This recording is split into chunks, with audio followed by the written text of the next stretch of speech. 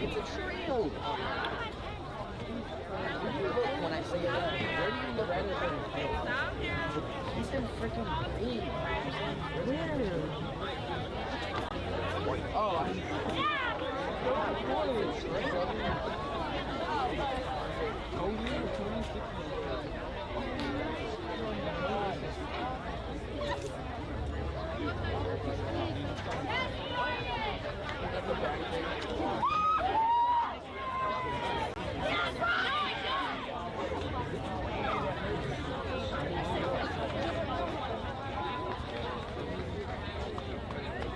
come right here.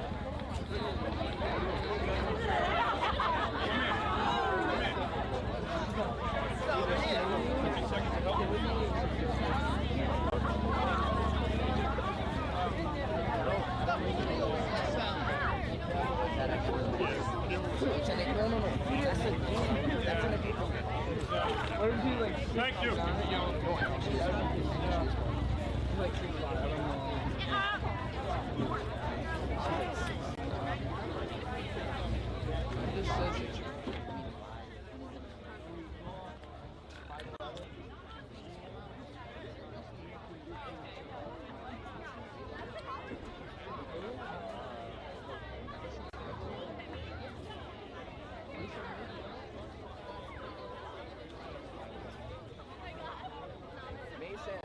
Twice in one day.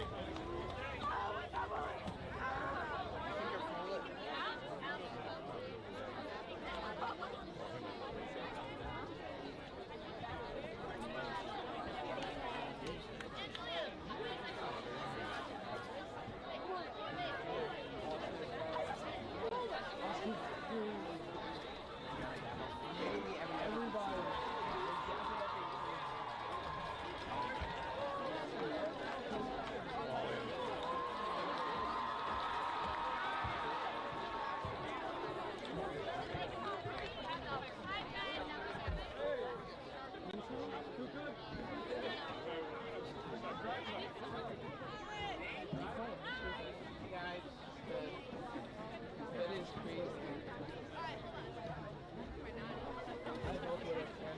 Oh, hey, no shit over here, not back. Yo, Mexican! What up, bro? Worker is cool. Go on. Want to take a picture with me?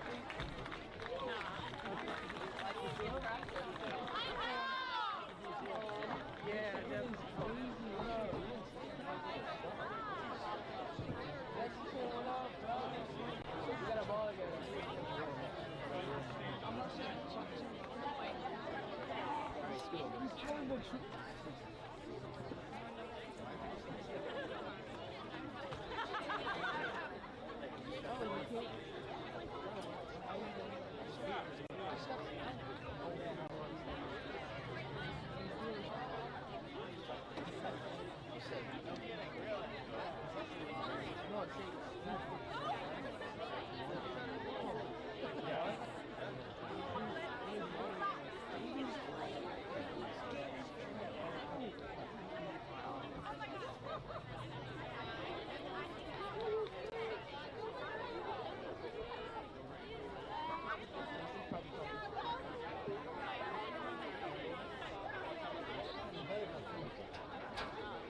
Remember he was fresh?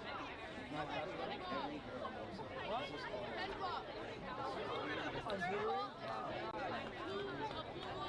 Yeah. What's all over your shirt?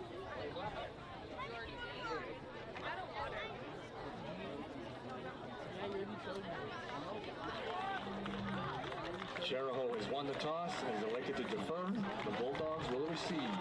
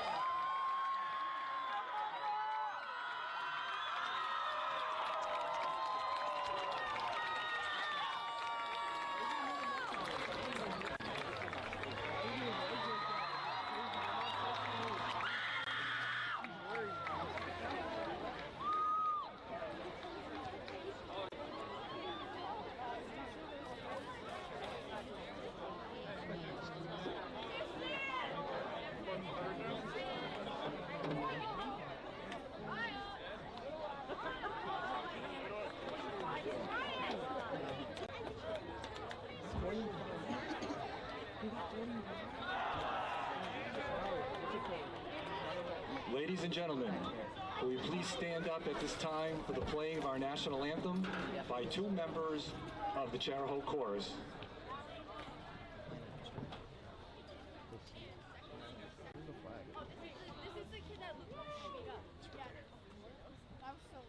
Oh, say, can you see by the dawn's early light what so proudly we held at the twilight's last gleaming, whose broad stripes and bright stars through the perilous fight o'er the ramparts we watched were so gallantly streaming, and the rocket's red glare, the bombs bursting in air, gave proof through the night that our flag was still there.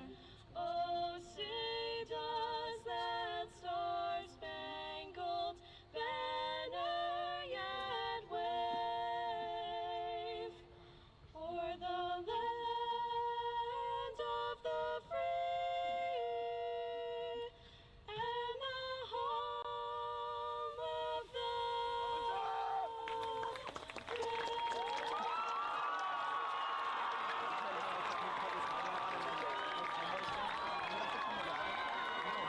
Good job, ladies.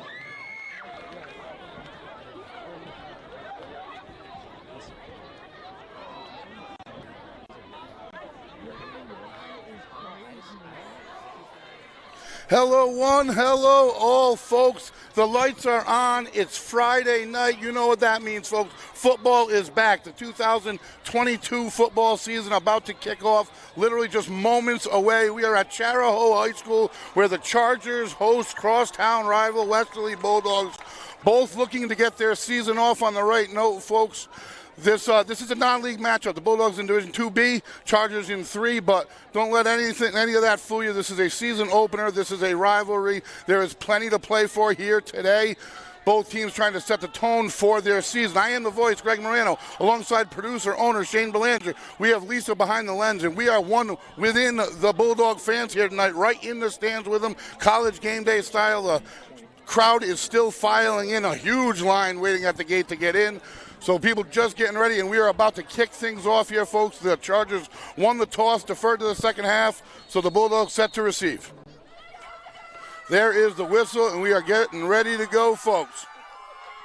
Number 22 for the Chargers with the kick, far right corner. And Hill bobbles there, hits the ground, picks it back up to the far side. Tries to get to the edge, cuts it back inside, breaking a few tackles. He's got speed, folks. Breaks a few tackles and gets down to about the 22-yard line. From my angle, I'm going to have to hold up for a moment to get the spots here. We're sitting around the 30-yard line here, folks, right in front of the Bulldogs team and cheerleaders. And boy, am I excited. I'm being part of the crowd right in this thing, folks. This is like back in the day. There is no better place to be than where I'm standing right now and where all these folks are filing into tonight. So the Bulldogs will get set for their first offensive snap of the season. Williams behind center, Tuck behind Williams. The call, and he keeps it this time. There's plenty of room. They dove on Tuck. You can't start any better than that. Off goes Williams. Number 4, 120 chase, number 4, and he beats him. No flags on the field, folks. Holy smokes. You can't start a season better than that. Tuck and Williams fooled the entire defense at the last second. Williams pulls it back, and man, did he have a hole. Great job on the edge by the offensive line, and he takes it the distance. Great decision-making by Williams. That transfer they work on all off-season. They are like a magician with it. When I speak they, I'm talking about Williams and Tuck. They are so hard to follow. I even have to wait a second to make the call, and I'm here live. Folks, talk about starting the season off with fireworks, talking about having fun. You can't do anything better than that. Prior to the season, Coach Dunbar talked a lot about opening up the offense, and he wants to throw more and spread things out, and that's the direction football is going in, and there is no doubt he is correct. Right now, they have the best running back in the state, Zach Tuck, and that was obvious on that play, but they have to respect the weapon they have in Williams. He is one heck of a runner. They're going to put a load on his shoulders, and he is not afraid to run. He's not afraid to hit. Extra point up, and I'm going to wait and see, and it gets over there, I think, and it does. It's good. So the Bulldogs off quickly, 7-0. One play, canvas just under 80 yards on the ground for the Bulldogs. So we'll see their kicking team take the field here, folks. This production, folks, brought to you in part by Remy Cycles, McQuaid's Ace Hardware, Wireless Zone, the Knickerbocker Music Center Live, Tim Killam for Westerly School Committee, and Lori Wycall for Westerly School Committee. We have such an exciting night ahead, folks. The line is just getting longer and longer to get in here. It is actually ridiculous. I was a little surprised at first, but this is an exciting, exciting night. The people in this entire area have been waiting for football, and what better do you have? You got this right in front of us here. Friday Night Lights, Chariho. We'll be back in Wesley for it in a couple weeks. The Bulldogs have a big challenge next week. I'm not even going to get into that right now. They got a challenge ahead of them here in the Chargers tonight. Former Westerly coach and resident Coach Samaggio takes over the Chargers this season. This is his first season with the club. We'll see what changes he's employed. This Charger squad made it to the Division III championship game last season, despite their 6-5 regular season record. So they do know success. They graduated some key players. And the kick, it's up, and it looks like it's going to drop into the arms of Price. We're going to say that a lot tonight. Correction number 3 with a move up the middle, and he's going to bring it down to the 30-yard line where the Chargers will start, and that's Colin Fitz for the Chargers. So now the Chargers offense will take the line, and the Bulldogs defense will get a shot at things. Defensively, Jimmy Powers is a big factor for this defense. He's going to be making a lot of the calls, a lot of the on-field adjustments for this defense. He's definitely ready for it. We saw him last year. I mean, I love watching him. He brings the hammer. He won my hammer award a few times. So we'll see how this defense lines up here. Two backs in the backfield for the Chargers. They have Perrin at quarterback, taking over. This is his first varsity season, under center. It's going to be a handoff up the middle. That's number 20, Miles Price. He's going to carry the primary load. Only gets about a yard before the entire deep front box collapses on him for the Bulldogs. So that's going to bring up a second and about 9 for the Chargers. And they're definitely a team that's known to run the ball. They're going to have to come up with some innovations here, clearly. This Bulldogs defense is stout. I mean, if they had any questions, it would have been offensively graduating about 5 receivers. We haven't clearly seen their throwing game yet. There hasn't been a need. But when you have the weapons that you have at offensive line with Tuck and with Williams, it frees up so many things for that offense. It's going to be an exciting season in Westerly. So here we go. Chariho, second down and about 9 to go, under center again. And it's going to be hand off to the opposite side. This time he is going nowhere. Number 44 for the Bulldogs, and number 1 first on the scene. That is Trenton Turner, number 1 for the Bulldogs, Luke Nelson.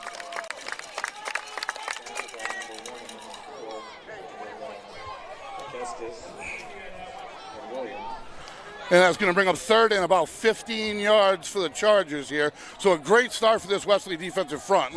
Huge push at the immediate snap.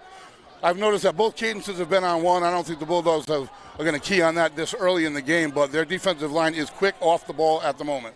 And they are down a key cog on both sides of the ball. Matt Garofolo going down, from what I've been told, the season with a season-ending neck injury. You've got surgery pending coming up shortly here. So obviously our thoughts are with him. He's on the sidelines with his squad. He hates to be hurt, but moving forward, we got Powers moving up to the line on this side. He's going to go after him from the backside. 5 back to pass, steps up, throws over the middle, and nobody home. Sails his intended receiver, Colin Fitz. That's going to bring up about 4th and 15. So the Bulldog defense stands firm in their first opportunity here in 2022, and they will get set to return the likely Charger punt.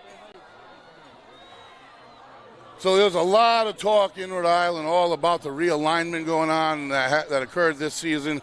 And there's too much excitement really in me right now and too much football in front of me. I really don't even want to get into the drama behind it. I have articles in front of me about it. I've read every which way but sideways. Some even try to defend it, but it is what it is. Chargers set back to punt. Williams, quarterback for the Bulldogs, set to receive. He's tough in every sport he plays, folks. And that one's going to go short and right. Everyone gets away from it. It takes the Chargers bounce out of bounds. Might have reached midfield right around there. The Bulldogs are going to start their second possession of the season. First one couldn't have gone any better. Transfer completely fooled the entire front eight for the Chargers. Give the offensive line some credit. They all crashed down on the edge and created part of that hole as well. I shouldn't say it was all on the fake, but a great play ran by the Bulldogs, and that's their primary set. You're going to see a lot of that. You're going to see him give it to Zach Tugg up the middle, and he can run you over, he can run around you, and he can definitely outrun you. And then you're going to see Lance, who can do that and drop back and throw the ball. So many options for this Bulldog offense. Williams out of the gun, tucked behind. Trips to the near side. Nelson nearest.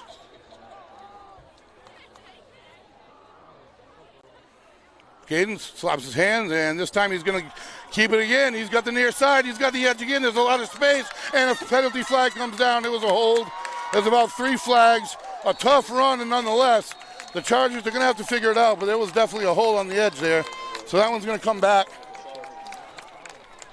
Apparently every official saw it, but it was out in the open. So nevertheless, the same fake almost got me. I figured, is he going to do it twice in a row? I had to wait. I had to look at the monitor, and thankfully Lisa's right on the ball behind the lens for us at all times here, and it saved my call on that one. But in real view, there was a definite hold on the edge that could have mattered. So that is going to bring the Bulldogs back to first, and it's going to go to a spot foul. It looks like it occurred at about the 40. So we'll see where they place the ball down. And they will repeat the down from there. So the Bulldogs, after this one, they start their season off on the road with 2 games. They start their league schedule next week against Portsmouth, and that's no gift by any means. Portsmouth, always a quality club, ranked just in front in the state in the preseason polls. The Bulldogs, the preseason polls, they are ranked 8th. I believe the Chargers are in the range around 21 going into this season, which really, again, I don't pay much homage to any of those polls. I'm going to tell you right now because I watched most of those state championship games. Classical won the Division II state championship game, folks, and they were rewarded by being dropped to Division III, which to me isn't fair to a team like Chariho, who now has to face a league game against the former Division II champs. That's just a little of the drama with the realignment. Back on the field, here we go. First down and about 14. From the spot of the foul, they accepted, so here we go. Tuck to the left of Williams, out of the gun. Straight drop, 3 steps, looks, tucks and moves up a little bit. He's back, still can throw. Running out of room, running out of time, and that is off of the defender of the Chargers. Good defense by the Chargers. A late flag. That's in the area of a personal foul generally. That came out of the pocket pretty late. Let's see who he's talking to. I didn't catch what occurred. And let's see what they have to say on the field. He picks it up.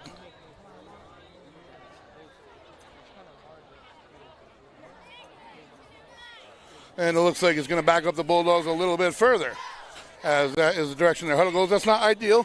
This is in the direction they wanted to go in, and it is definitely not similar to the first drive. But the Bulldogs do have the explosiveness to make up these yards. And again, it'll most likely be first down and whatever the yardage is when he places it. And they're going to get a few more out of it, so it'll be first and, who knows, 16 yards at this point. Not your normal yardage on penalties, but the crowd's still filing in, folks. It's a bigger line than when I mentioned earlier. What an atmosphere we have here. This is just tremendous. We are in the small bleachers. We are tucked right in with all Westerly fans. It is absolutely phenomenal. We got the team in front of us. We got the cheerleaders in front of us. Tuck in the backfield. Williams out of the gun. 1 wide receiver on the far side, trips near side. And he keeps it again. He gets around 1 man, and he's going to gain some yards before he is wrestled down. Gets back to almost the original yard marker, which will bring up a second and around 10. Still, defense is collapsing. He's getting around that first defender. He's reading them crash, and as long as they crash, he's going to keep pulling it back. Why would he stop? They're going to have to figure some kind of adjustment on the defensive front there if you're a Charger. Or this is going to be a long road to hoe. Second down and 9. Number 15 for the Bulldogs near side. Trips wide side. And Williams and Tuck conversing out of the gun.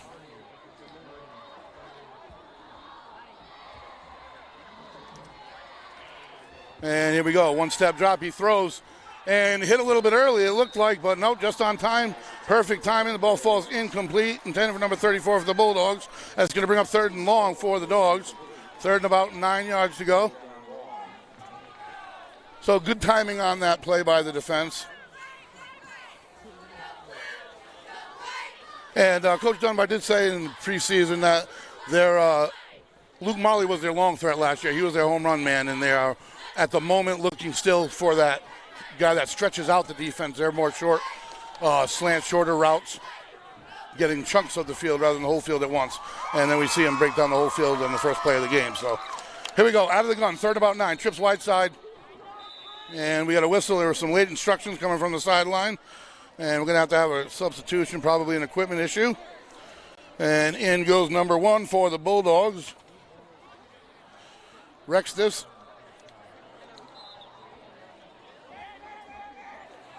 Big play for the Bulldogs here early on. There was a flag. He just waved it off. 3rd and 9. Trips to the wide side of the field. Rextis to the near side. Williams giving out orders and the cadence. Tuck still has not touched the ball, believe it or not. And he can't find anyone. He's breaking out under pressure. He throws it in no man's land and essentially thrown it away. So now there's actually a decision here. I mean, this isn't too far for the Bulldogs to consider going for in reality. They can pin them deep, which I'm sure they're going to do. But I don't think there's any lack of confidence in Coach Dunbar in a 9-yard scenario. I've seen him go for a lot of situations. You love rooting for a coach like that with so much confidence in his team that anything is really approachable. They're at midfield. They're going to punt and hopefully bury the Chargers as their defense held stout in the first possession. Hopefully they can swing field position. And set to punt. And we have a whistle, number 10 for the Bulldogs, Tyler Rafferty, the senior. And another uniform issue. So off comes Rextis. And on comes Nelson. Nevertheless, 4th and 9, and we go again. 2 men back for the Chargers. Number 12 and number 8, it looks like. And he gets the punt off. And it's a high floater. It looks like it's going to come down around the 25, and it bounces pretty dead there. It's corralled by the Bulldogs, and that's where the Chargers will take over. 1st and 10 from their own 25-yard line. I am the voice, Greg Morano, folks, alongside producer, owner, Shane Belanger. We have Lisa behind the lens. Together we are Westerly.live, Westerly.radio, and we are on site in the stands with the fans here on Friday night at Chariho High, watching some Westerly Bulldog action, folks. We're going to bring you all the games, folks. We may not be right in the middle of the stands in every one of them, but we're going to bring you all the Bulldog action this season. First play of the game, fireworks popped off immediately as Williams broke it for almost 80 yards for the score. At the moment, that's the only score. The Chargers defense did a little bit better of a job. Really, it was just penalties that possession. Really wasn't the Charger defense at all. But the Charger offense will start up again for their second possession. No luck from tackle to tackle in their first one. We'll see what they do here. Out of the gun, they were under center the whole first possession. Number 3 in motion. They're going to tuck it and go. That's Perrin. He's forced to cut inside. Great job by the Bulldog defensive end, Gorman, by holding his spot, forcing Perrin to cut up, allowing the rest of the defense to do their job, and the Bulldogs keep them set up for 2nd and 10. And we have about 8 minutes to go here, folks, in the first quarter of play at Chariho High. 2nd down at about 9. They give him about a yard on that one. So the Chargers try to get to the edge for the first time. And Gorman's he's a tough one to get around. If he steps up at end or outside linebacker, whatever you want to call it, the hybrid position he plays, he can hit and he's smart on the field. Coach Dunbar referred to him as a future Division I athlete, and that is high praise for any high school player, especially a non-senior. Chargers out of the gun. In motion, our way, that's Price, and they're going to throw it to him, and it's off his hands. It's loose. Was it a lateral? No, it was not. So it's going to be an incomplete pass and bring up 3rd down and 9 yards to go. So offensively, nothing clicking at the moment for the Chargers. The defensive line is still getting a push for the Bulldogs. They're doing a real nice job. Number 54, freshman Michael Poole in at defensive end and defensive tackle. The hero in Game 3 of the Baseball State Championships, pitched complete game as the Bulldogs won the state title in the spring. What a spring we had, folks, and I'm just excited. I'm excited for just as good of a fall. And the Chargers, 3rd and 9, trying to get something rolling here offensively. They're going to run into a field position issue if they don't gain any yards here.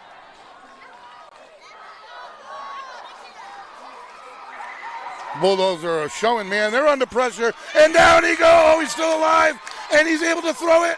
No, they're going to give him an incomplete pass. What a job by Perrin to get that off and get it ruled an incomplete pass. So I'll tell you what, great D by the Bulldogs, but that was even bigger by Perrin to not fumble and to not lose 15 yards. Those 15 yards could prove big. I mean, he was in deep, deep trouble. He spun around a few times just to stay on his feet. That Bulldog D-line, and there was a crashing linebacker. This offensive line has not shown the ability to stop them at all yet.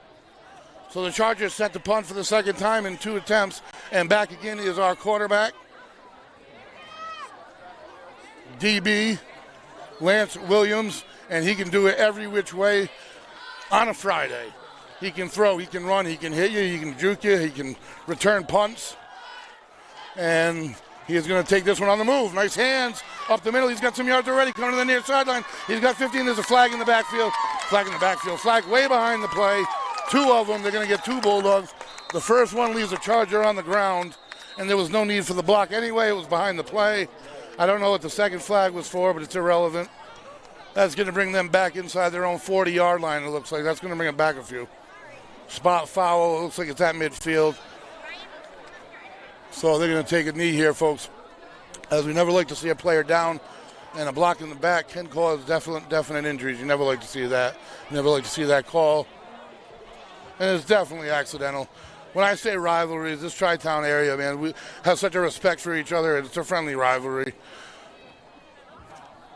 So at the moment, folks, this production is brought to you in part by McQuaid's Ace Hardware, your local family-owned hardware store located on Franklin Street in Westerly RI, your fall cleanup headquarters. And a round of applause. He's up on his feet.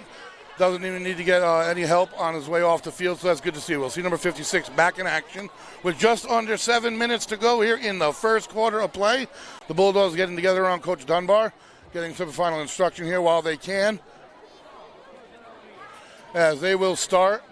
I'm not sure where the ball has been placed or if they've even marked it back yet. I still think they're standing where the flag was. So Coach Dunbar uses every minute wisely. I mean, you're not going to outsmart Coach Dunbar. I've learned that by watching his play, and he's just, and man, what a preseason that coach runs. From talking to players and other coaches, holy smokes, does he run just a phenomenal preseason for this squad. Talk about getting a team prepared, and it all starts last year with the weightlifting program.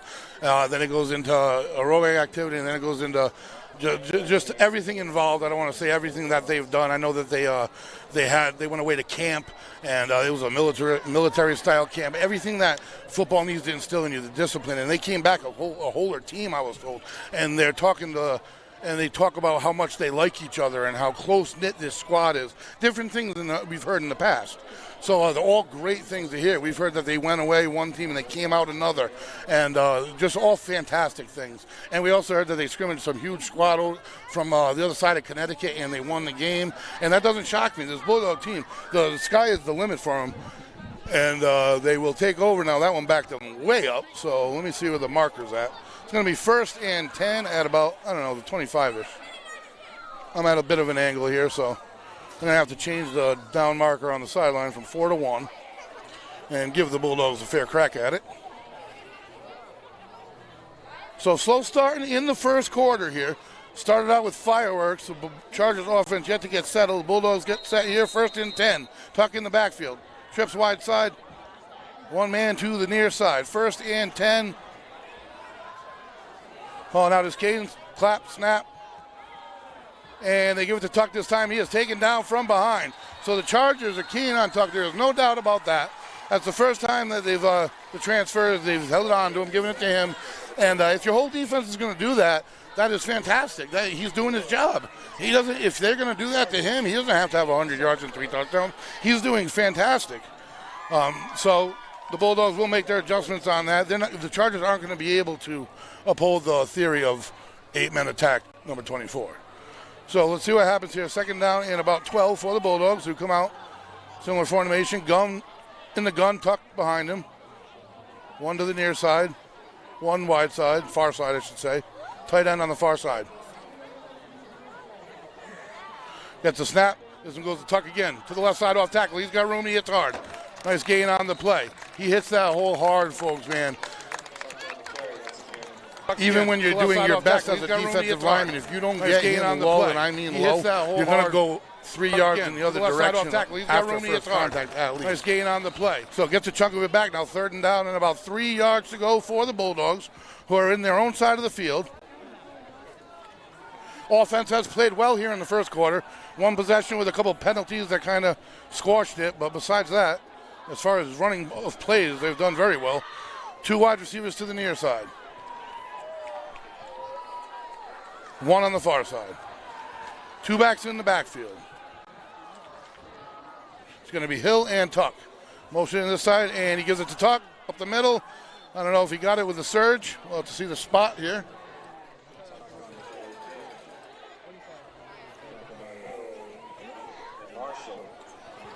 And it's going to be good for a first down for the Bulldogs. So a big play for the Bulldogs, a big spot. And what an asset. There you go. That's Tuck, and that's him hitting the hole like a missile. He's a walking muscle if you met the kid. I mean, I'll tell you right now. And he can't be fun with a running start to get hit by him. And what an asset when you have a situation like a 3rd and 3. And it's nothing ever is an automatic, but it's pretty darn close to one when you have these 2 backs in the backfield. Because like I said, go ahead and send 8 at him. Lance Williams got a high football IQ, and he'll pull it right out of that breadbasket, and he'll lower his head and get around the corner. So Williams out of the backfield, out of the shotgun. Fresh set it down, trips near side. And he keeps it this time, tucks it inside, cuts up the seam. He's still on his feet. And there's a flag coming from far away. Flags, steering far all day long. Here we go. Some nice field vision by Williams running up the seam. He cut inside a Tuck block after he pulled the ball out of his breadbasket. Great field vision. The first flag came soaring from the defensive backfield all the way to the line. It's going to go against the Bulldogs, so the mental part of the game right now is not working out in favor of the Dogs. The only reason that the Chargers are only down 1 possession at the moment. So we'll see where they mark it.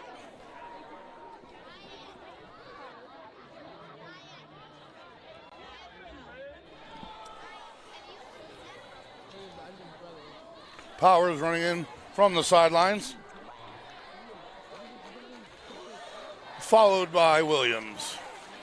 The man with the plan will hit the huddle for the Bulldogs. Here we go, 4:15 to go. First quarter of play, folks. A little bit slowed here, the first quarter of action by penalties. These flags keep putting a hold on things. They're kind of holding all these fans from erupting as well. I mean, the first play of the game, and then now it's just been a cloud of a quagmire of penalty. So we have 2 wide to the near side. Motion for the Bulldogs, out of the gun, clap, and he is going to give it to Tuck on another flag. Tuck spins his way forward for a hard gain of about 3. But we have another flag at the line of scrimmage. Let's see what the call is. This has got to be frustrating. Maybe the Bulldogs will get one back this time. Maybe did I see you? Maybe I'm imagining it. And another flag. This one's on the Bulldogs sidelines. I believe this one's going to be on the coach. Illegal motion. We have another one on the near sidelines. Let's see what happens here. Might have been jumping the gun on that call. I don't know why the coach would have gotten one.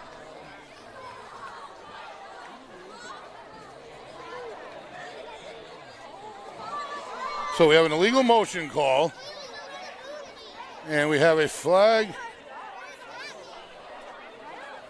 with the near official. We'll see what they do with that one. They're not going to do anything with that one. Okay, so that was just to determine the spot. We'll back up the Bulldogs, and they're going to get started first down and some more. Oh, they're going to go way back. Yeah, so there was a personal foul. That second flag didn't matter. I'm done guessing. I just know that he keeps stepping that way. And it's further and further away from us. And that's not what the Bulldogs want to see. They had an almost 80-yard play to start the game on the first play, and they have more than that in penalty yards, I believe, now. I mean, I can't keep those numbers right on spot, but the Bulldogs from the far corner, 4 minutes to go. First down and a lot, about 30 to be honest. The cheerleaders cheering them on. The crowd looking for a reason to erupt. And this time they give it to Tuck, and he is tangled up in the backfield. Unable to get the block on the edge, the Bulldogs, And now things are looking a little bit brighter for the Chargers side. They definitely have Tuck sewn up at the moment. So how do the Bulldogs answer with second in this many yards? What do you do? I don't know. So we're going to see. I know that they have plenty of weapons and trips in the bag. I mean, this is only game one. They haven't shown anything yet. What do you want to show at this point in the season, really? So the Bulldogs take the line, 7-0, second and a lot of yards. 3:31 to go, quarter number one, Chariho High. We got Westerly.live, Westerly.radio, bringing you game number one of the 2022 Bulldog football season. It's a non-league matchup, but it is our rival, Chariho Chargers. The cadence being called by Williams in motion, takes the snap, back to pass. He looks, he's got his man. That's going to be Tuck on the reception. It's tough to tell gaining, and we see he gained a few on it. They're going to need more than that, though. It's going to bring up third down and about, near 20, just under 20 yards to go. So the Chargers have done a nice job since that first play. Let me tell you, 3:15, 3 minutes we approach here in the first quarter of play. Next week, the Bulldogs are on the road to Portsmouth. They'll start their division schedule. But right now, they got the officials on there against them at the moment, really. To the line. We got defense being chanted from the stands next to us because right now, if there's any momentum, it's definitely in the Green's favor at the moment. Tuck in the backfield with Williams. 2 steps, 3 steps, he's looking. His first look has not been there. He tucks and goes. He's got speed, folks, and he's using it. And look at the field vision and getting spun forward. Nice job by Williams to cut a huge chunk in it. And at least shift some field position for the Bulldogs. Give them some room behind the punt anyway, and possibly back up the Chargers' offensive possession a little bit. But that first look, even that second look, really hasn't been here for Williams thus far today in the passing game. Bulldogs set up the punt here again. 2 back for the Chargers, sitting at about the 28. They're sitting right in front of where I am. Gives you a little idea, right in the bleachers, right where I'm at. And that was nearly blocked. They got it off. And it's in a dark sky, folks, and it comes down at around the 30. And it's going to settle at about the 27, 28-yard line. And that's where the Chargers will get things started, folks. 1:31 to go, first quarter of the play. We are Westerly.live, Westerly.radio. We're just getting full started, folks. We were in Federico Gymnasium last night. Girls volleyball team, first game bumped up to Division II, and they took that thing in style, 3 games to none. Boy, they had to work for it. Let me tell you, it's a whole different world up in Division, but a lot of points were put on the board all 3 games, but the Bulldogs came out with it. Started off the fall season fantastic. On the soccer field, the boys soccer team came out with a late game win, and now we got the Bulldogs leading here on a Friday night. So let's see if the Dogs can sweep week 1, and we'll go from there. We got plenty of work in front of us, folks. 3 quarters of a football game is a lifetime. And this crowd has filed in. A good crowd on hand here. 1st and 10 right in front of me at the 28. Under center again. And he's going to keep it as a straight keeper. And he gained some pretty good yards on it. They saw something in the defense there. Gets about 6 on the play. So gets a little bit extra room behind him and a nice gain on first down for the Chargers. That's Perrin on the carry, number 5. Number 51 entering the game for the Bulldogs. Captain Zachary Morin, who generally doesn't exit the game, so probably just got to play off. Key cog in this Bulldog will is a captain, both sides of the ball on the line. Does a fantastic job for the Bulldogs. All right, and back under center again for the Chargers is Perrin. 2 backs in the backfield, and an inside handoff with a counter look. He's got a little space to the edge, and it's number 1 getting hit hard and knocked out of bounds. Terrell Hill with the big hit. The carry by Price, good for a first down, but the Bulldogs finish it. So he does get to the edge and get enough for a Charger first down, and they'll move the sticks up to about the 40-yard line, so they're at their own 40. 1st and 10. As we are under a minute to go. He was knocked out of bounds, so we have a dead clock at 40 seconds. The Bulldogs will head to Salvador Jerry Field for their first game under their brand new lights. They won't do that for 2 weeks when they'll host Barrington, another foe that is a difficult foe. But again, let's stay in tonight. Sometimes I get so excited. I'm 3 weeks away already. Perrin under center. Bulldogs set back. And another QB keep it to the right side. They obviously think they found something. He got a few less that time. Maybe a 3-yard gain on that one. So they ran the QB sneak last set of downs to the left side, and then they came back with an inside handoff to the near side. This time they run a QB sneak to the right side. Let's see if they come back with that inside handoff to the right side again. They've been setting up in series of 2, it appears. Neither team finding too much success through the air early on this season. Like I said, the Bulldogs graduating 4, maybe 5 sets of hands on their team last season, but they've done a nice job, from what I've been told by coaches, by players, of filling those holes with capable hands. And the officials explaining something to the Chargers sideline. They spend a lot of times. And now they're going to run the clock, and I do believe that's going to do it for the first quarter of play. We got 1 quarter in the books of this 2022 Bulldogs football season, and the Bulldogs have a 7-0 lead here at Chariho High, folks. We will be back in 1 moment for some second quarter action.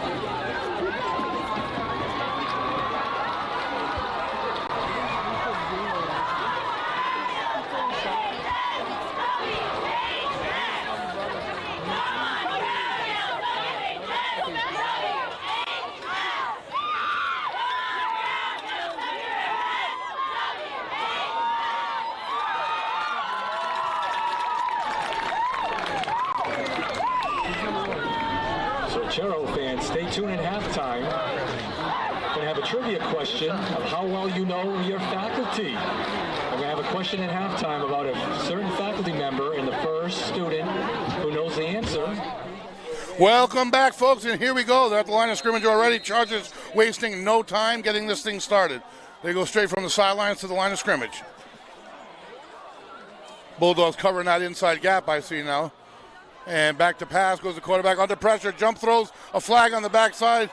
Completes the pass. Short of the first down, but a nice completion with a jump throw. Flag coming down in the area of holding, I would think.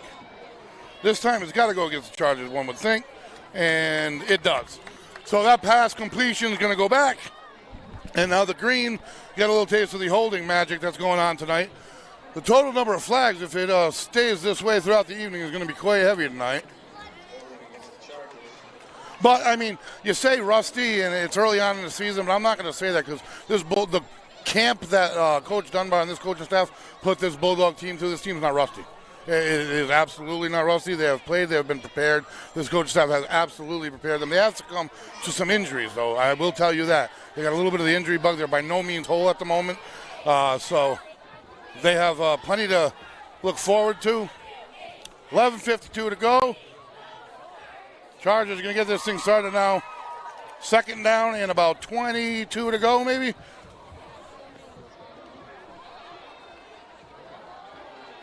Bulldog defense steps back a little bit. Gorman, the near side, outside linebacker. He can step up and play the end. He's stepping up on the receiver at the moment as the 2 receivers out to the near side for the Chargers. Bulldogs may attack from the far side. At least they want you to think that. They don't. Pitch to the near side, and he throws. Halfback option. He's got his man. He's going to turn the side. He's going to get forced out of bounds by a pair of Bulldogs. But the halfback option pass fools the Bulldogs enough. The throw is on the mark. Catches his man not only on the mark, but catches Price in stride. So now the Chargers are on attack here, right in front of me at the 35-yard line of the Bulldogs. So this really is the first time the Bulldog defense has been tested. And it took a little trickery. It's taken 2 QB sneaks and a halfback option pass. But however you got to do it, you got to do it. And Coach DiMaggio does know how to do it. Under center, and here's the quarterback sneak again. And these Bulldogs bottle it up. He's still moving forward. They're not blowing it dead. And the mark is going to give him 4 yards on it.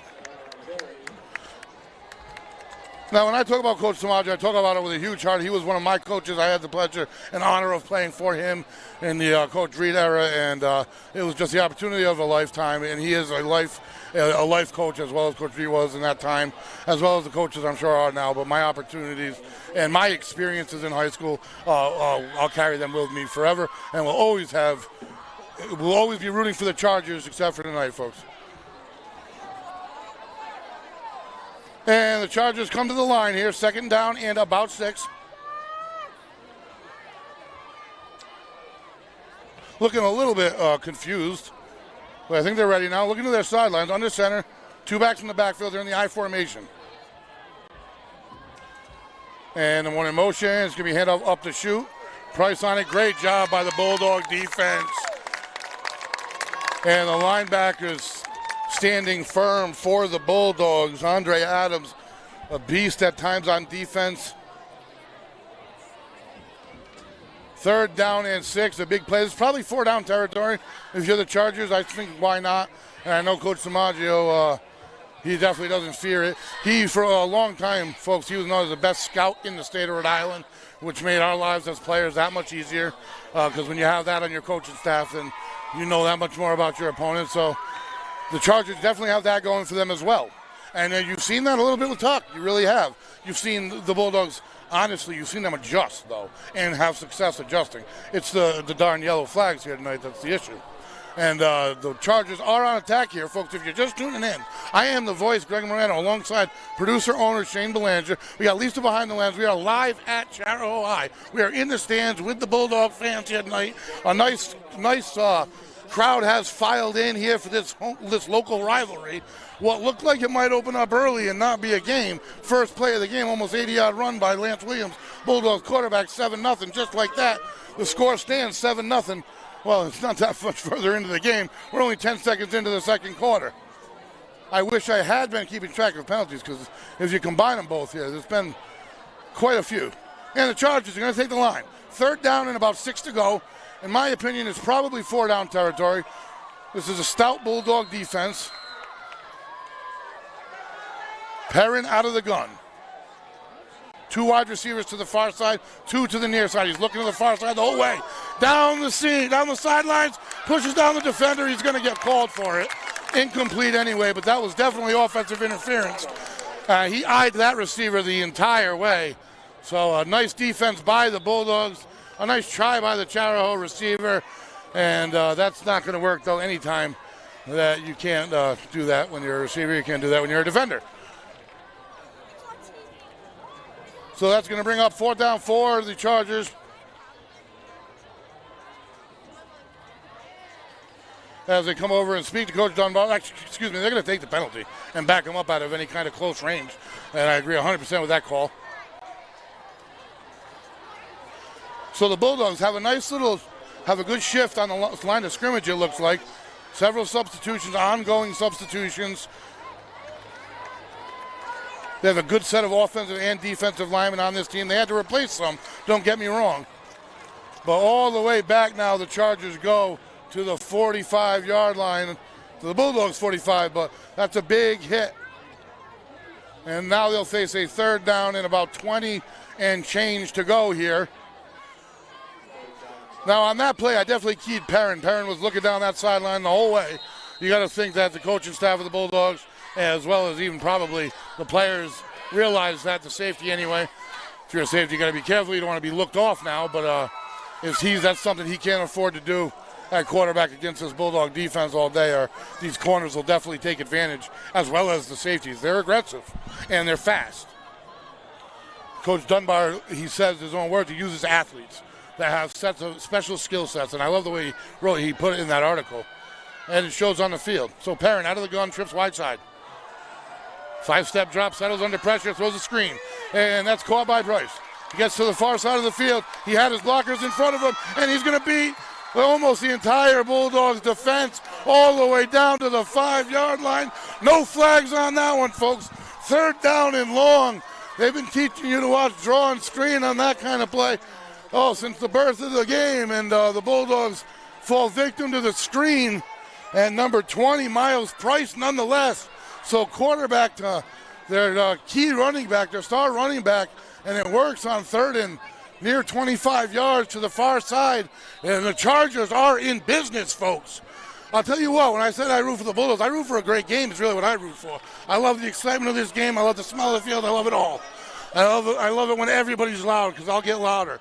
And the Chargers are in the red zone. Bulldogs back against the wall. How do they answer? First time this year. Under center. 2 backs in the backfield. How do the Chargers answer?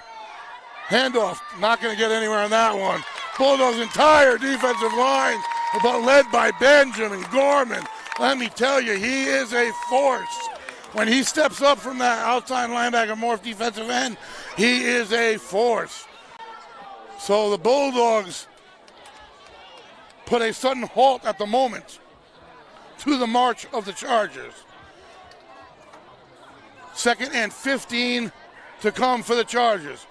And this production, which is now starting to heat up, a couple plays with no flags, but is brought to you in part by the Knickerbocker Music Center Live. And the Chargers are going to break huddle here, 2nd and 15. Closest they've been to the end zone prior to their last play.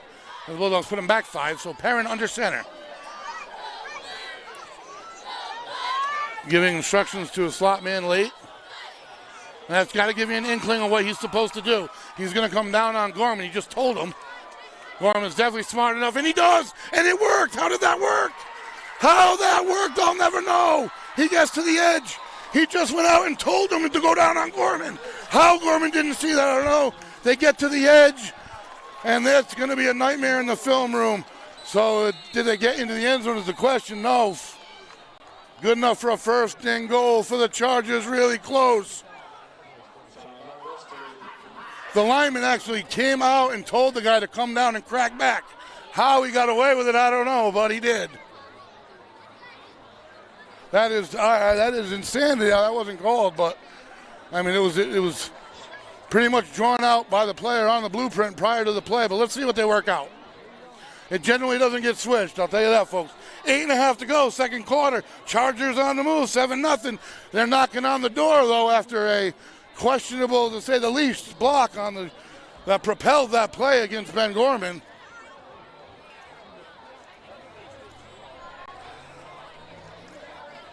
So we'll still see as they're sorting out. The coach is talking to his team now, getting his team back into it. First thing you got to do is leave the troops back out on the field. They never turn it back. They never add a flag. So the Bulldogs, 1st and goal they're facing here from about the 3-yard line. And that can be what fires up a squad, folks. A play like that.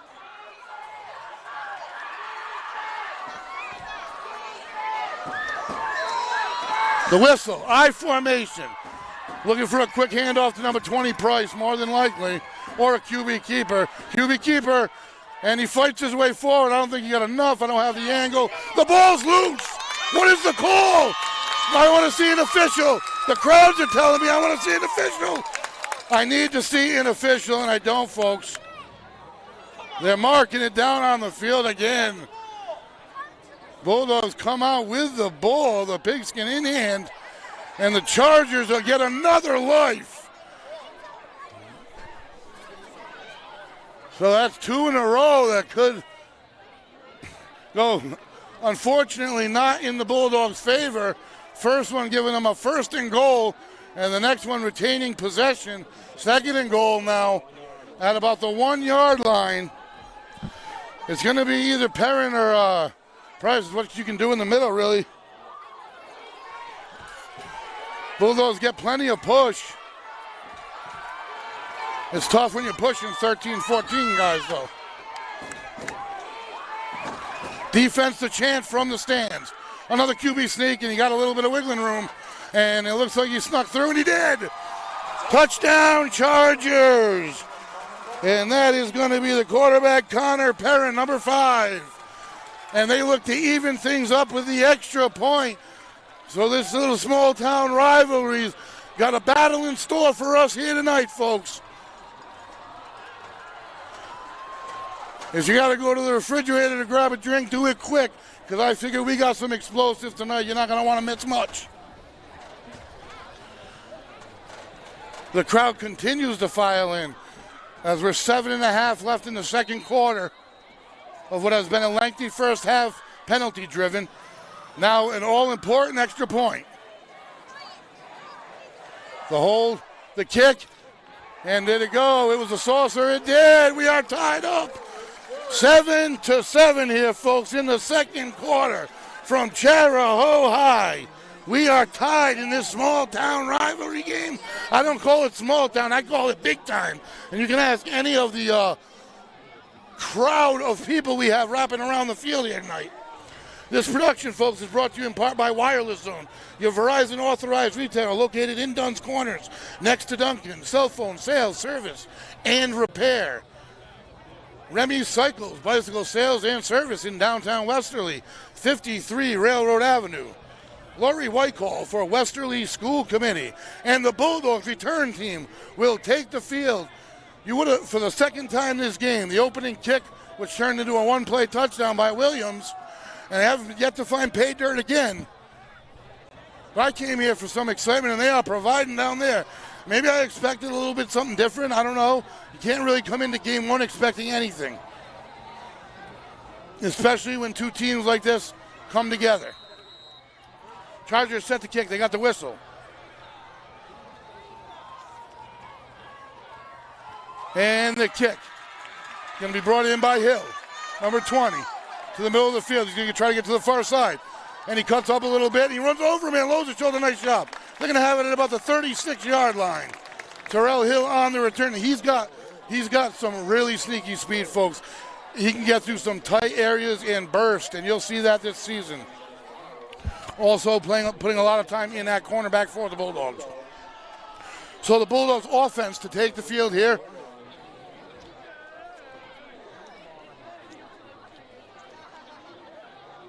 As they huddle up, and they want to try to put together some semblance of a drive, really.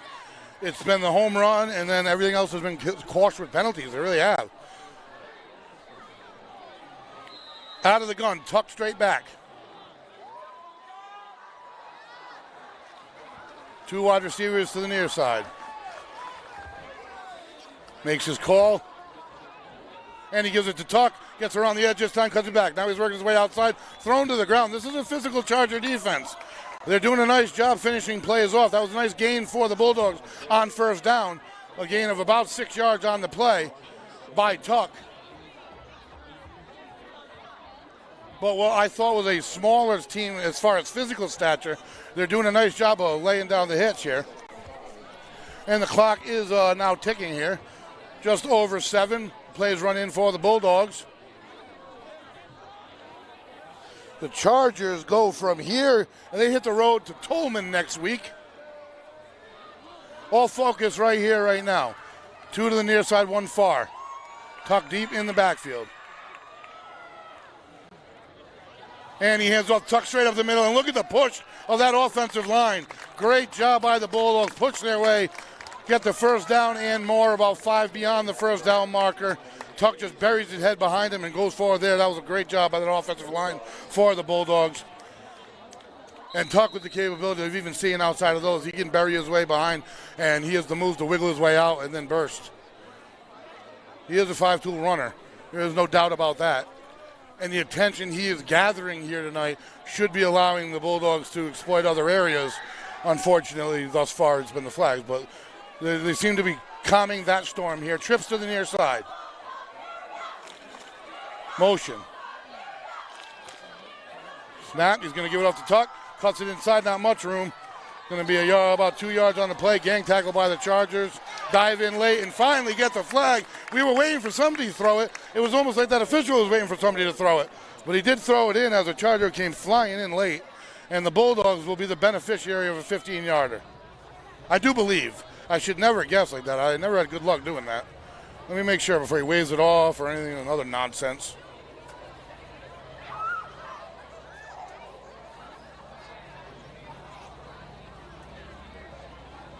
And they're all getting together now to discuss it, so I definitely shouldn't have said anything. They don't even know what the situation is just yet. So, a big call here as the Bulldogs are getting ready. We want to break the huddle. I want to see if it moves them forward any. And they're probably going to wave it off. Who knows?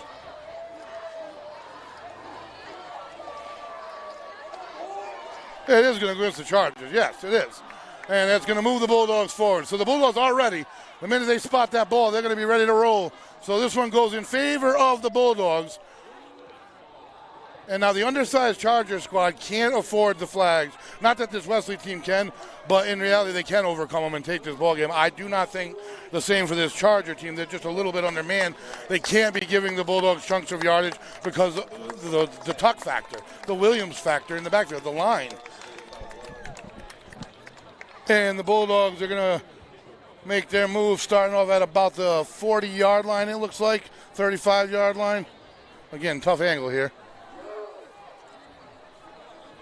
Out of the gun again, Williams, tucked to his right. Got a couple to the near side and a couple to the far side. Interior line doing a nice job for the Bulldogs here today. Defensive line as well.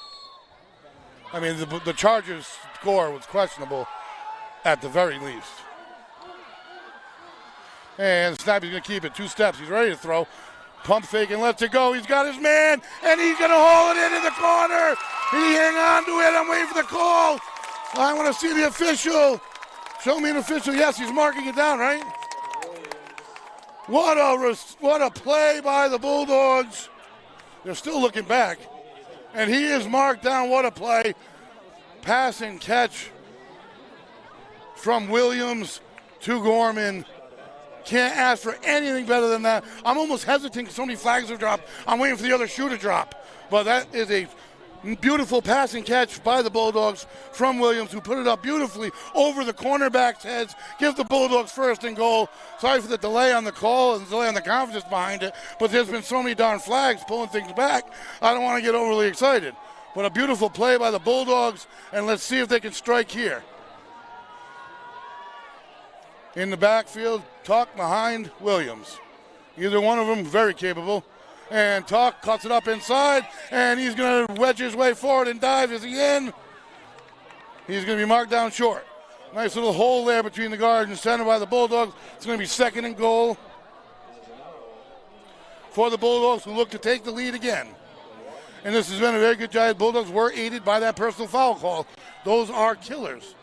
And there was a penalty or 2 dropped on the Chargers scoring drive, as well as a penalty that should have been called that wasn't, and a penalty of a big sort that occurred against Ben Gorman, the defensive end.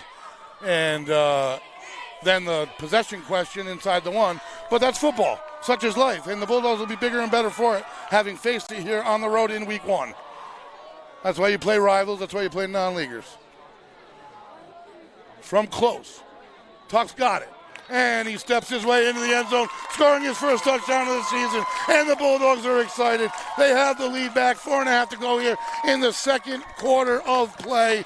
Bulldogs right down the field, efficiently, aggressively, showing they can run and they can throw. We're going to see more of the throwing as the season goes on all year long, as they run a very spread offense. And holding for the Bulldogs, I think you're going to see Williams. And set to kick for the Bulldogs is Andrew Petroska, the kicker and punter. All important spot on a football team, often forgotten, but never when you miss. And he gets that one up, and that's a beauty, and that's going to make it 14-7 Bulldogs advantage. We have 4.5 minutes left in the first half of play here from Chariho High. And what a game we have had. Both teams came ready to play, there's no doubt about that. The refs came ready to ref, that's for sure. As the Bulldogs are getting couple instructions here as I'm watching from midfield with one of the officials. So the Bulldogs will get set to kick off here again. And the defense has done a nice job here today. They fell victim. I'd say the worst play was falling victim to that screen, obviously, on the far side on 3rd and 20-something. Draw screen. But that happens, especially early on. Perrin thus far in the first half has had a tendency, when he does drop back, he hones in on where he wants to go. At least to that side of the field, or 3rd even. But he's shown that when he's going deep down the sidelines. He showed it on the screen. And when he comes out of the backfield with it. Number 15 set to kick off for the Bulldogs. The whistle, and we're off here. So the Bulldogs certainly want to go into halftime with the lead. The Chargers will get the ball in the third. That goes off the Chargers. It's loose on the ground. Scoops back up. Cutting up the middle, still on his feet. Runs into a gang of Bulldogs. Not bad starting field position, though, at or around the 25-yard line.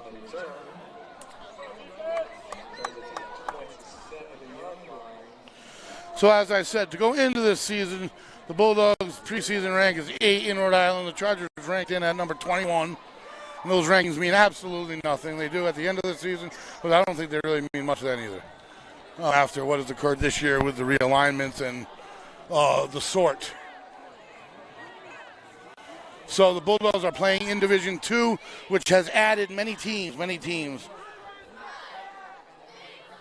It has two sides of 7, 14 teams. The Bulldogs are in 2B. There's a 2A.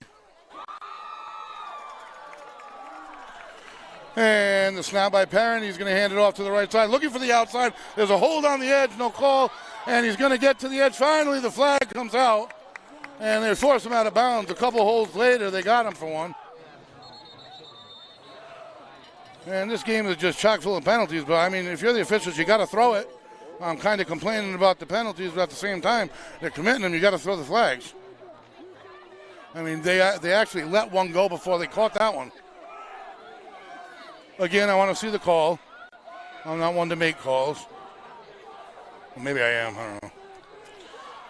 But if you're just tuning in, folks, this is game one of the 2022 Westerly Bulldog football season. We are live at Chariho High. We are live amongst the crowd. We are one with the Bulldog fans in the stands here. Friday Night Lights, 14-7 Bulldog lead. We're letting yet another flag here get straightened out here. The first half's been a bit of a quagmire. There's been excitement. Williams scored on a 70-something yard touchdown run. Bulldogs had a big pass way down the sidelines, and obviously 2 touchdowns and a 7-point lead. But it's been weighed down a bit by penalties, and this is going to go in the Bulldogs' favor. You got to make the calls if the infractions are on the field, and they are. They've also missed a couple, so there would be more. This is a non-league matchup, so if you're going to get rid of any penalties and stuff like that, this is the game to do it. Yeah, coach is never going to want to hear it get waste any penalties and stuff like that, but if you're going to do it, you want it in a non-league game, and then maybe that's why they schedule this one first of the year. But this one means a lot of them play to those players on the field, folks, and who you can, as well as the coaching staff, fans, parents, everybody. You never like to lose when Chariho comes to town or you head there. Stonington comes to town or you head there. And the Chargers, Price behind Perrin, stepping back out of the gun now. Price shifting to his left. Longer cadence, throwing right down the middle, picked off! And that's number 1 Rafferty for the breakfast for the Bulldogs. And he was eyeing in on that receiver, and I said eventually it's going to come back and haunt him, and it did, folks. Great play by Rextus for the Bulldogs. Jumps the route. Perrin had him honed in, and he jumped the route, giving the Bulldogs a huge opportunity here to go into half up 2 possessions, possibly 14 points, which really does make up for a lot of the early flags if they're able to do that. Great play by the defensive back for the Bulldogs. Beautiful job jumping the route.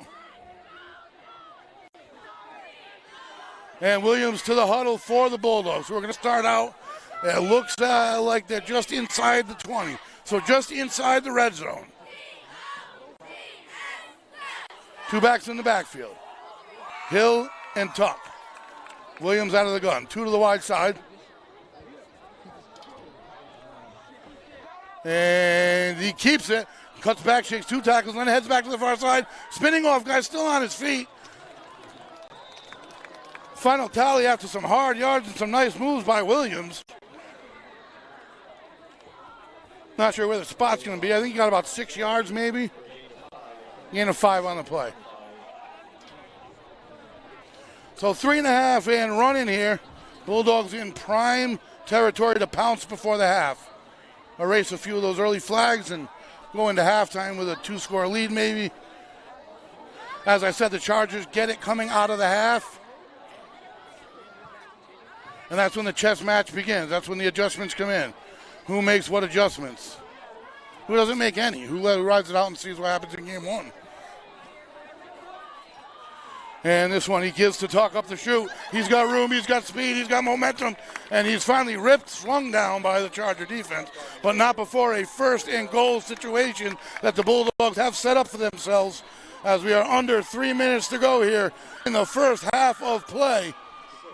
A little of everything in this first half. A little of everything. It's not, none of it's that surprising. First game of the year.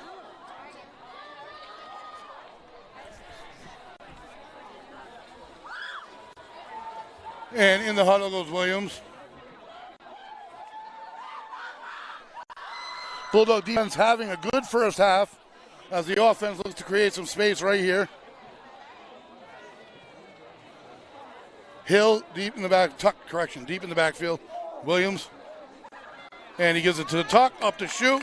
Bulldozes his way forward, still on his feet, never goes down. Westerly, touchdown, huge score before the half. That brings it to 20, pending the extra point. 2:23 to go. That turnover is a killer. Exactly what the Chargers did not want to see. The Bulldogs capitalize off their first defensive turnover of the season and turn it into 6. We'll see maybe 7 here. And we knew I was talking about how Perrin's been telegraphing his passes, and eventually one of these DBs was going to step up on it, and they did, sure enough. They didn't even have to go into halftime to make the adjustment. Rex, it's a beautiful job reading the quarterback's eyes, jumping in front, and it turns into another Tuck touchdown, number 2 on the day. Kick is good, 21-7 Westerly lead. As the Bulldogs will get set to kick off again here. This production is brought to you in part by Tim Killam for Westerly School Committee, the Knickerbocker Music Center Live. Watch local bands live from the Nick in downtown Westerly, RI. A premium streaming service brought to you by the Knickerbocker Music Center and Westerly Live.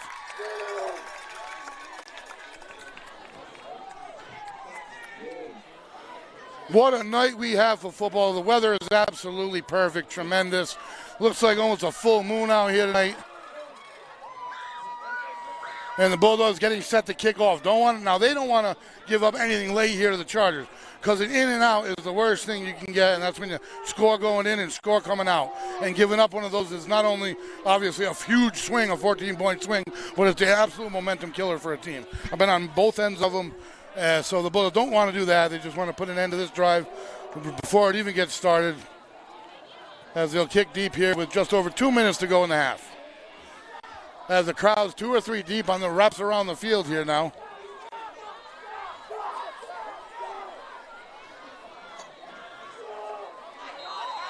And the whistle. And the kick to the far side, up a beauty. And the Chargers come down with it. And he's going to stay up there in the sideline.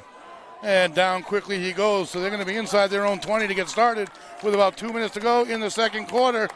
1st and 10 for the Chargers, and the Bulldog defense sprints their way onto the field, looking for one more hold here in the first half. They've fallen victim to a couple missed calls in 2 plays.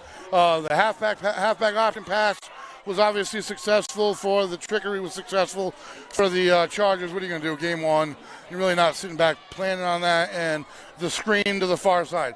I'd say those are the only 2 offensive plays the Chargers have gotten the Bulldogs on. And then the other 2 occurrences we know of on the scoring drive. Besides that, they've played pretty stout defense, in my estimation. And big penetration by the Bulldog defensive line. Nice job by Gorn forcing them in. Not very far to go. About a 3-yard gain on the play.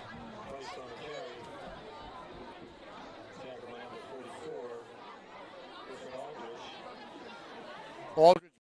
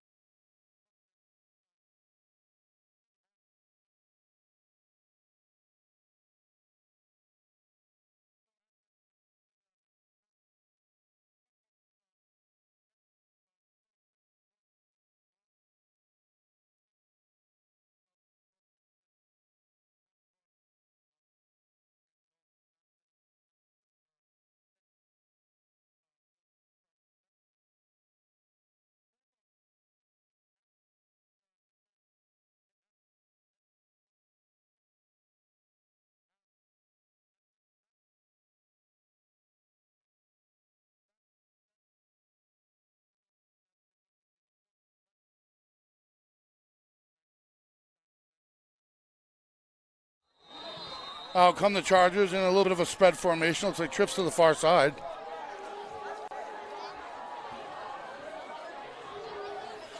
And a handoff to the near side, following his blockers, gets to the edge. He's got room. No on the flags. Going finally a couple. There is a hold on the edge. And number 3 is taken down after a big gain down to the 25-yard line. But a big flag against what appears to be against the Chargers. Colin Fitz on the carry. And it's going to be a hold against the Chargers. It was there. The hold was there. They were just late to throw the flag. So now the Chargers are getting a little bit of a taste of what the Bulldogs went through earlier in an earlier drive. Still waiting for the official signal.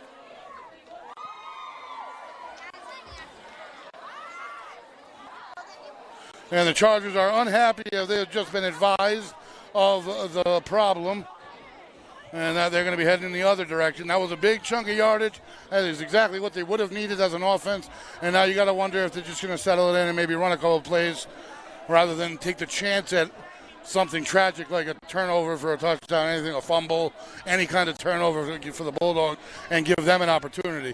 Because now you're back in your own end of the field. A turnover here would be real, real bad. You don't want to go into halftime down 3 possessions, that is, when you were just tied not too long ago.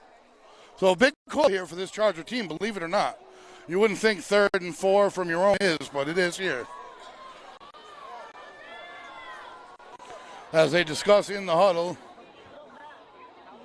and the officials entering the huddle.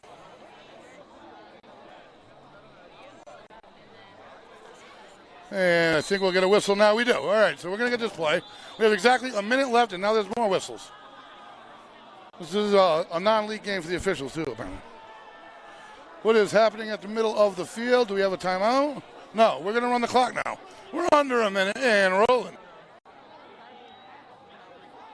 Now that we have all that figured out, the Chargers head to the line of scrimmage, trailing by 14 here, under a minute in this entertaining first half, to say the least. Price in the backfield for the Chargers. Perrin under center.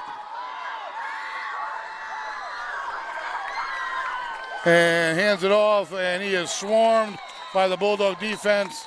Knocked backward, the whistle's blown. It's going to be inbounds, and the clock is going to run. Does Coach DiMaggio call timeout, or is that going to do it for the half?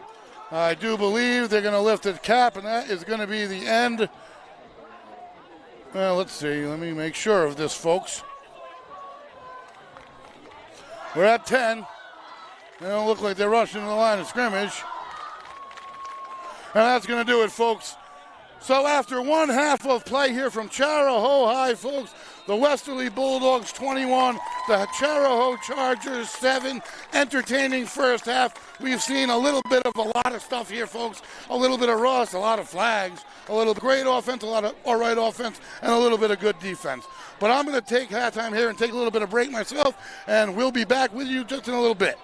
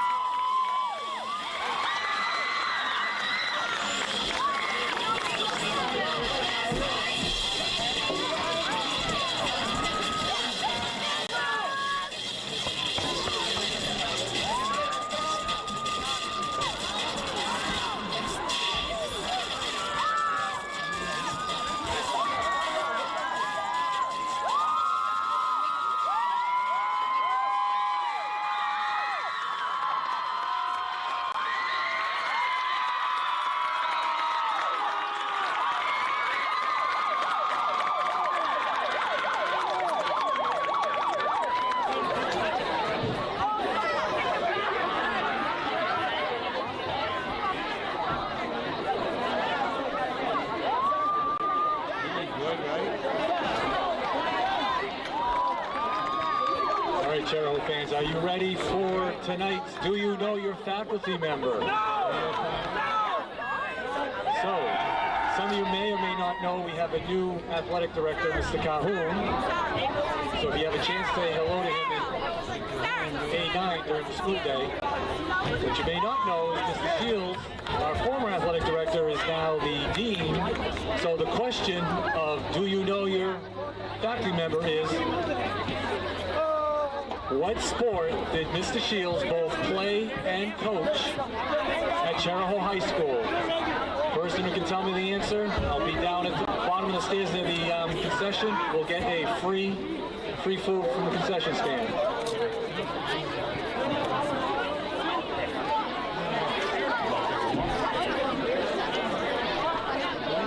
The question is, what did Mr. Shields coach? What sport did he coach and play? Let's go, Phil!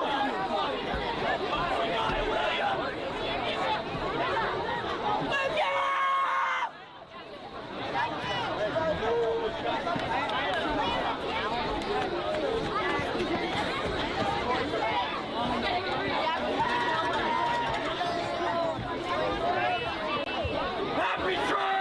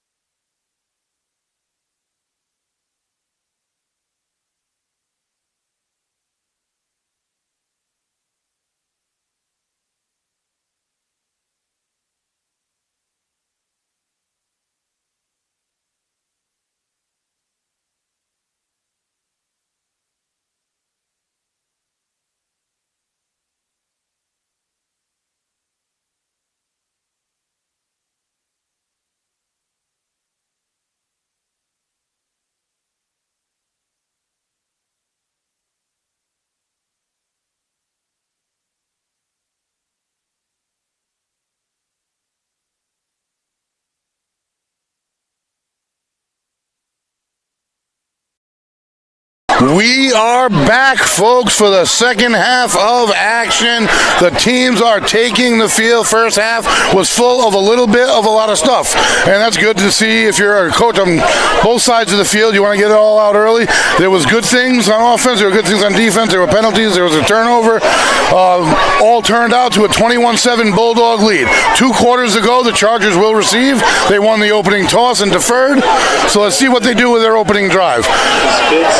They're going to have to answer offensively. They did score a couple drives ago offensively. There were a few factors in that drive that went against the Bulldogs, but we'll see what they can get them together. Opening kick to the ground it goes. They pick it up inside their own 10.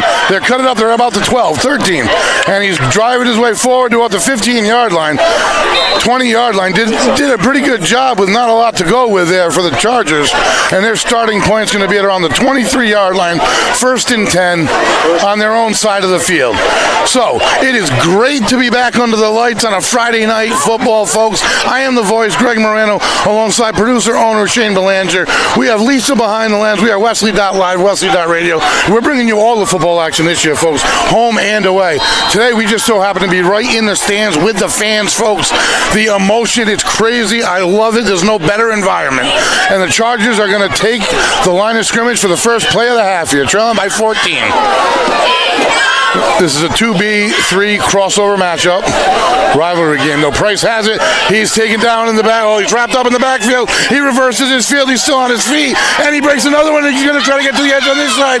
Finally driven out of bounds by the Bulldogs. He ran further right to left than he did forward. But he finally driven out of bounds by number 34 of the Bulldogs, who do a good job going left to right. If they wrapped him up initially, it would have been a loss of about 5 or 6 yards. I almost called him down. And that's why you got to wrap up. Price doing a nice job tonight in general with not all that much to work with. The Bulldogs defensive front is doing a great job all night long. So in comes Perrin with the play for the Chargers. So the Chargers hit the road to Tolman next week. Bulldogs hit the road to Portsmouth. Both want to hit the road 1-0. And both will be a league game next week. A league game for both squads. They'll open up their league schedule. And the Bulldogs, so I've been forward a little bit on D. I love how they ghost their defenses very well, the Bulldogs. Motion, number 3, jet sweep, handoff. Nowhere to go, cuts it up in, and he doesn't have much room at all. Gains about 2 yards, maybe a yard and a half on the play. He's going to bring up 3rd and a long 4 for the Chargers.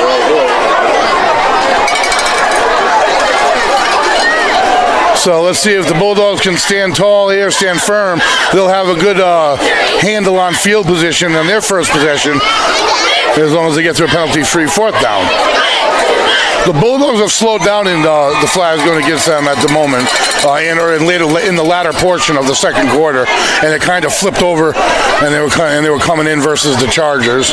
They've come in a little bit of waves. There's a whistle on the field. There might be an early timeout. Some confusion on the Chargers side, and Coach DiMaggio is going to use one of his timeouts. They went to the locker room, both teams with timeouts in their pocket in the first half, but Coach DiMaggio will call a timeout here, get his offense set. You know this is a big play, because like I said, I mean, even a good punt here with a return, you're looking at the Bulldogs getting the ball at maybe their own 40-yard line even, but it could be even further than that down the field.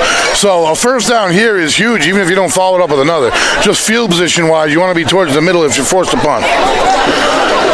So the Chargers, last season, coming off a state championship appearance versus Narragansett, had a heck of a season and a heck of a run they had through the playoffs. Now come in this season with Coach DiMaggio, the Westerly native, who coached me, as I said earlier, in the first half.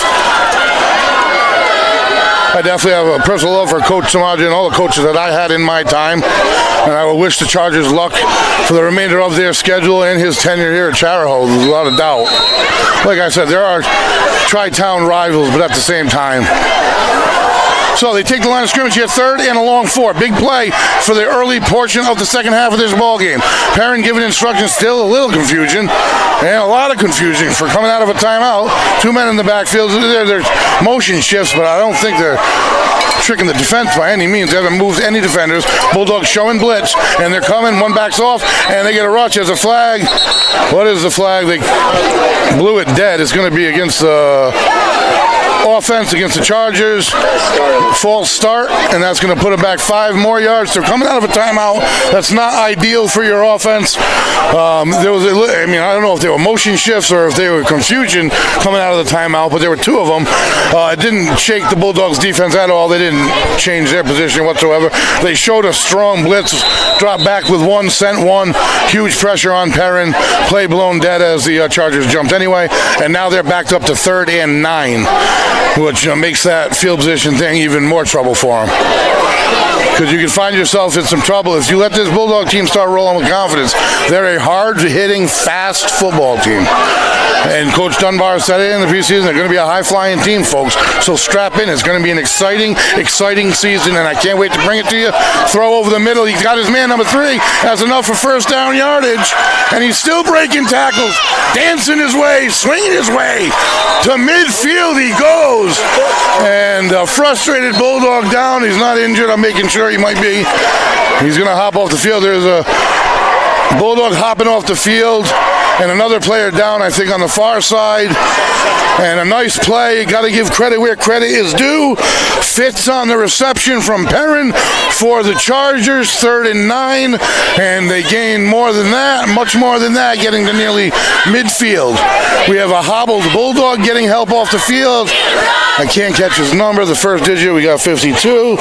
And that's going to tell me that you don't want to see Andrew Adams. You don't want to see anyone but Andre Adams as well. He's the one being helped off the field.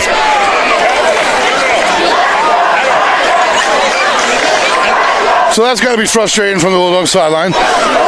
Big 3rd down conversion for the Chargers, which gives them more life because they really could have buried them there.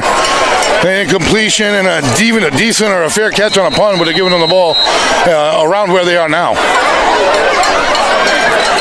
So to the line the Chargers go. Fresh set of downs near midfield, trailing by a pair of touchdowns.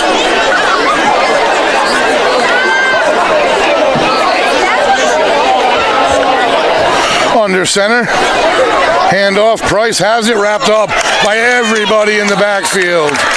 Everybody in on that one. Zachary Morin leading the wave on the Bulldogs. I haven't done a great job tonight by calling out the tacklers on defense, folks, and I got to tell you, it's my angle from inside the stands that makes it very difficult. But I will definitely give them the notoriety they deserve moving forward. Former defensive player. Bulldogs definitely hitting hard. Front box for the Bulldogs have really been swarming. They've been getting a huge surge here all night long. It's just been a few 3rd down conversions. Has really been the entirety of the Chariho offense. That along with Bulldog penalties early on in the first half. But it's been a while, and Chargers here with 2nd down and about 11 to go. Out of the gun. They've had more success out of the gun. Not sure why they're going under center anymore at all. Price to his right. He'll take a 3-step drop, drops back 5. Steps up, throws it to his man, number 1 up across in the middle.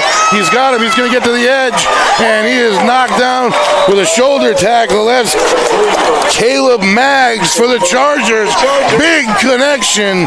Perrin to Maggs, so they're finding some room in chunks through the air here. First it was 3rd and 9 for a gain of nearly 20, and then on right there for a gain of another 20 or so. And the officials are meeting in the middle of the field. The players on a knee. And we're going to see how things get deciphered here. I don't see a flag.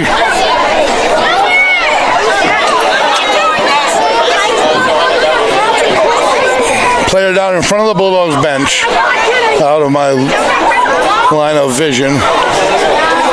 So the Bulldogs defense reeling a little bit here. The Chargers offense comes in with a little bit of spice, and that's part of the reason I love football. Halftime, that's when the chess match really, the chemistry really comes in. You get in the locker room and you meet with the coaches, and what happened, what didn't happen, what could happen, what can we make happen? And they obviously saw a little bit of space in the passing game, and they've exploited it here on this drive, and let's see how the Bulldogs answer. Part of the reason I love this game. And then once you get out of the locker room, there's no more time. It's on the fly adjustments. So it's kind of like, I don't know, full contact chess. So as the Westerly player gets attended to still, I'm not sure who he is. Well, starting to get applause from the fans, so he is up and walking under his own power. That's huge. That's a good thing to see. You never want to see injuries any side of the ball, any game, any day of the week. So here we go. The Chargers got to be a little bit excited after that big chunk of yards they reeled off. Had a little bit of time.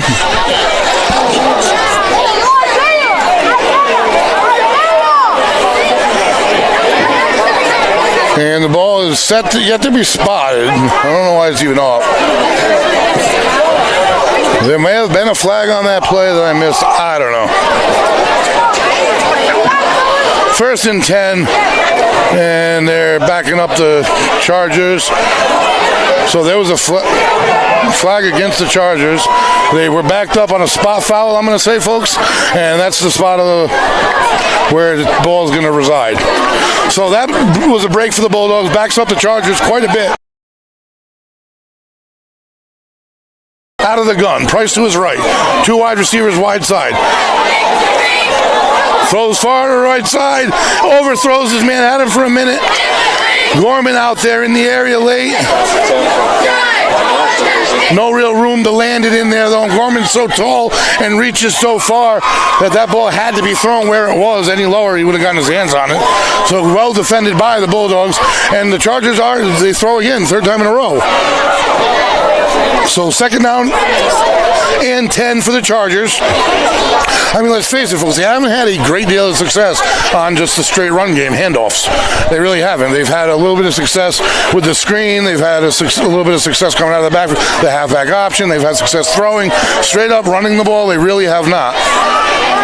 Out of the gun, they've had most of their success. They're out of the gun right now. Making an adjustment is Perrin as he bangs on his helmet. Price to his right, trips far side, goes out on a wheel route right to him. That's Price, and he splits the defenders. He's going to get to the outside once he did that, and he's got room to run, folks, and he gets the edge. I see him far away. He reaches, looking for the official call. I think he's going to mark down at about the 1, but you saw that thing develop from this angle perfectly, and man, Price just ran it the way the hole was there. There's another player down on the field, folks, so we have another stoppage in play.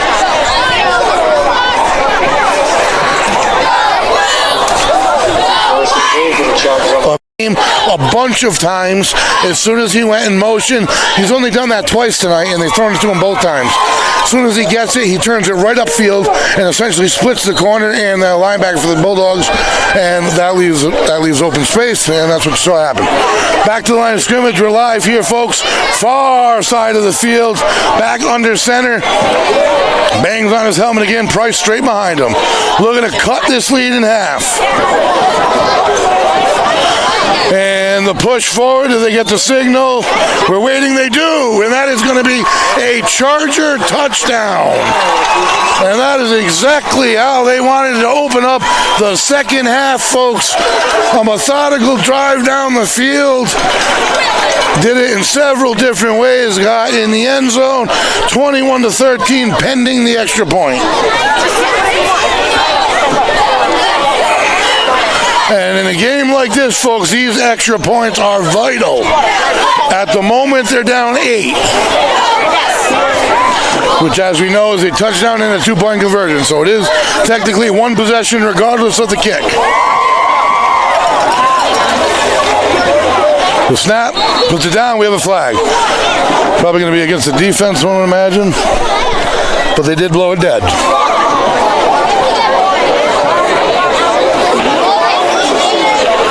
And we'll get the official call. False start. It's going to blow it dead. Back them up a little bit and make the kick a little more interesting.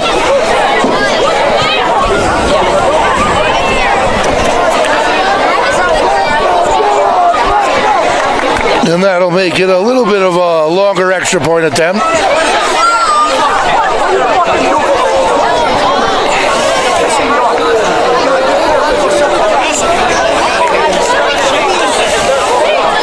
So here we go, folks. The score, 21-13. 8:31 to go, 3rd quarter of play.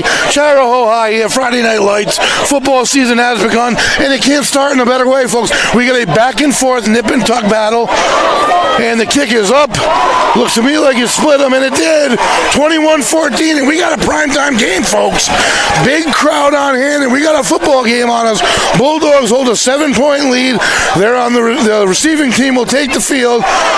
The offense is going to look to try to make it a 2-possession game again, but this Charger team just proved they're going nowhere here tonight, folks. Down by 14 going into the halftime. They went into the locker room. They made a few adjustments. Those adjustments were clearly via the air. Now it's the Bulldogs' turn to make some defensive adjustments while the offense is on the field. That's how it goes here in this game of football, and it's all about momentum right now. I got to say the Chargers stole a little of it. Going into halftime, it was the Bulldogs, and the Bulldogs' D had a chance there. They really did. It was 3rd and 9. They had Price in the backfield for a loss of about 6. He got back to that 9-yard spot. They ended up converting on about a 15-yard pass completion, which was followed by another longer one. And then we all saw the streak down the far sideline. Chargers set to kick. Cheerleaders active. Crowd on their feet all over.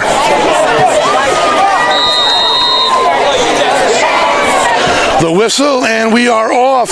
1-possession game. Hill takes it in. Far corner. Heading towards the middle of the field. Breaks one tackle. Cutting back towards the middle. Trying to get to the near sidelines. He goes down. And they're going to start things off at around the 30-yard line. Pretty good starting position for the Bulldogs.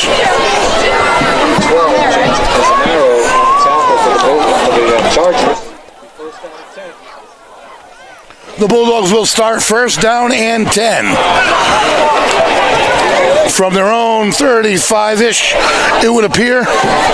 21-14 to score, 8:22 to go. 3rd quarter of play. Chariho, folks. On the voice, Greg Moreno, alongside producer, owner, Shane Brander. We got Lisa behind the lens. We are Westerly.live, Westerly.radio, bringing you Bulldog football action. Home and away all year long, folks. Williams with the call. And Tuck's got it. Off the far tackle, he gets some space, and a nice 7-yard gain on 1st down. Now that is the surge and speed that this Bulldog offense is capable of attacking on. And once the season moves forward and everyone's clicking on all cylinders, we'll see a lot more of it. We'll see the field-length drives of it. When this offense is moving, they have a lot of weapons, and they have a lot of creativity behind those weapons, which leads to a lot of excitement for this 2022 campaign. It really does. I'm excited, and all I've done is heard about them. So it's nice to see a little adversity. They're facing a little bit here, and we'll see what they do with it. 2 wide receivers to the far side, 1 near, Tuck in the backfield. Out of the gun, Williams gives his vintage clap, snap, turn, reverse inside handoff, and he's going to get twisted around and wrapped up after a gain of about 4 on the play of what was a 1st down on the last carry. I couldn't tell from my spot. So it's going to be 2nd and about 7 on what looked like a violent-looking little twist on the tackle. You never like to see tackles like that because they're A, non-intentional, and B, often detrimental. So a gain of about 3 on 1st down for the Bulldogs. 2nd and 7 to go. Bulldogs pounding it a little bit here, trying to wear down the Chargers a little. Offensive line has done a nice job.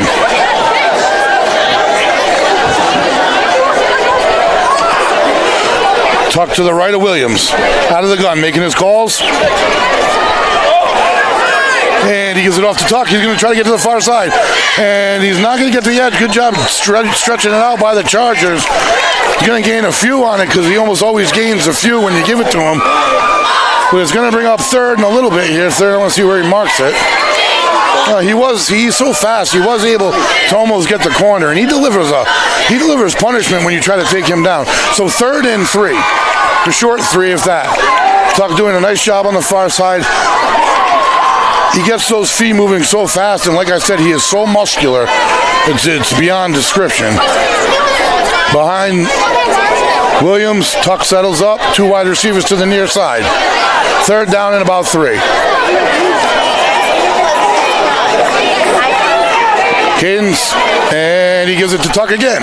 Rides his horse all the way up the far side, off tackle, and that's going to be a first down and more, a gain of about 15 yards to the far side by Tuck. They're riding their horse right now, wearing down the line in that front box of this Charger team. And I'm not even going to say what I was just thinking because I don't want to like any of those heebie-jeebie curse things. Not that I never stepped on a foul line when I played baseball or anything like that, but something hasn't hampered this drive at all, and we'll see if they can continue it. Two wide receivers near side, and the horse in the backfield, Tuck, behind Williams, who's a horse as well. Don't forget about him, folks. And he keeps it this time, rolls it near side. And he hides it so well. He's got his man Gorman. Throws it where only Gorman can get it. Right at the first down marker. That's good for another Westerly first down. And they are marching methodically. And we have another man down. And you hate to see it. It's going to be 1st and 10 for the Bulldogs right around the 25 to 26 yard line. More importantly, they're going to tend to the down player at the moment. So we've seen a lot of this. It's a humid night, and you run into cramping, a lot of cramping. I'm cramping, and I'm calling the game. That says something about the shape I'm in, folks. And these guys are in a lot better shape, and they're working a lot harder out there. So that's what you're seeing a lot of. And they're going to hop him up right here. And you don't want to see that because once those Charlie horses start coming, folks, they can keep on coming, and that can be it for the night. So that's what I think you're seeing a lot of these down Bulldogs and even Chargers are dealing with. These guys are sweating out there, folks. It is hot down on their playing surface. They're playing with 100%, 100 miles an hour. Both teams want this thing. And now the Bulldogs are starting to slam it down the throat here this drive, which makes it even harder. So into the huddle goes Williams. And don't let him lull you to sleep. They're giving it to Tuck. They're giving it to Tuck. He's got wheels, and he can punish as well. So Tuck to his left. Out of the gun. Trips far side.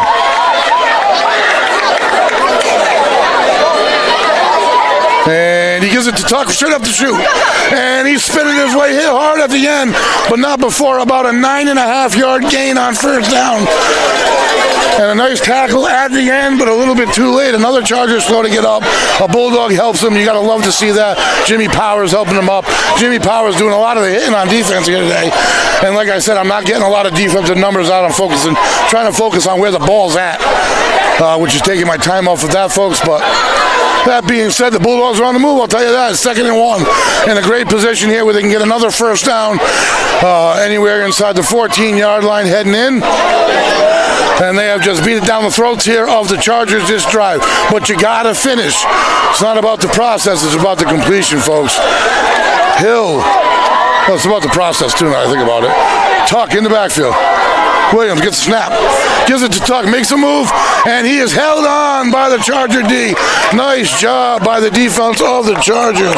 And that was Max Marshall hanging on for dear life, and it's good enough. We got another Charger down. And it looks like he's laying stiff as a board. Another cramp situation, I would believe. Yeah, get these guys water, bananas, everything you can. Still got a quarter and 4 minutes to go here. Another 16 minutes of football to play. But it's tough. It's tough this time of year. And people don't really realize that most of the football season is played in cooler air. It's played in cool air. It's just this part of the season. And these guys have been out in the dirt days of August, folks. They've been out early in the morning. They've been out later in the day in the heat. Planning for this stuff, but your body just can't plan for losing so much water so rapidly.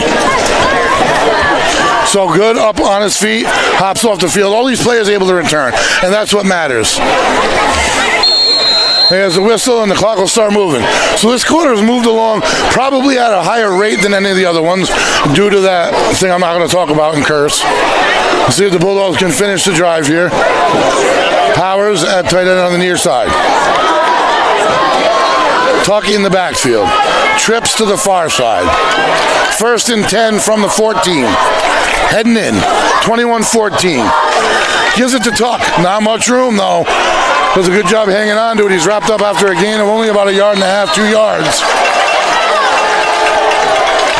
So they're forcing the middle and pounding the middle. It's going to be second down and about, they're going to give him some good turns. He gains 3 and it doesn't even seem like he does. Second down and about 6. They gave him about 4 yards on that one.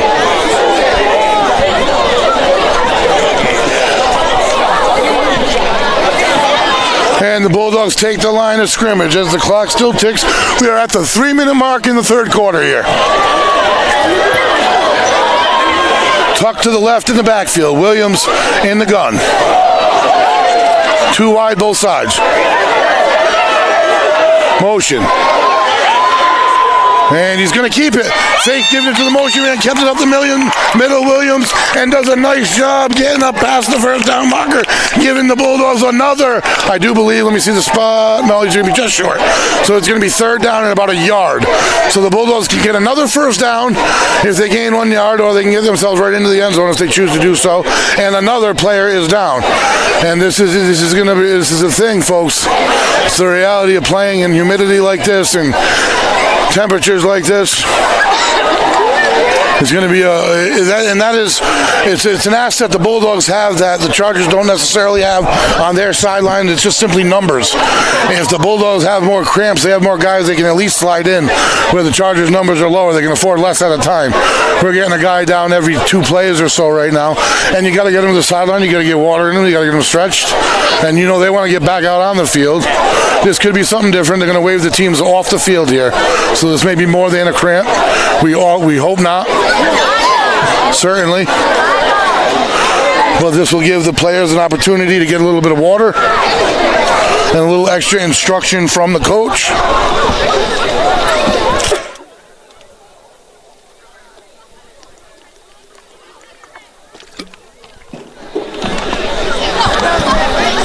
And as the Chariho Charger player is being attended to, this production is brought to you in part, folks, by Remy Cycles, bicycle sales and service in downtown Westerly, 53 Railroad Avenue.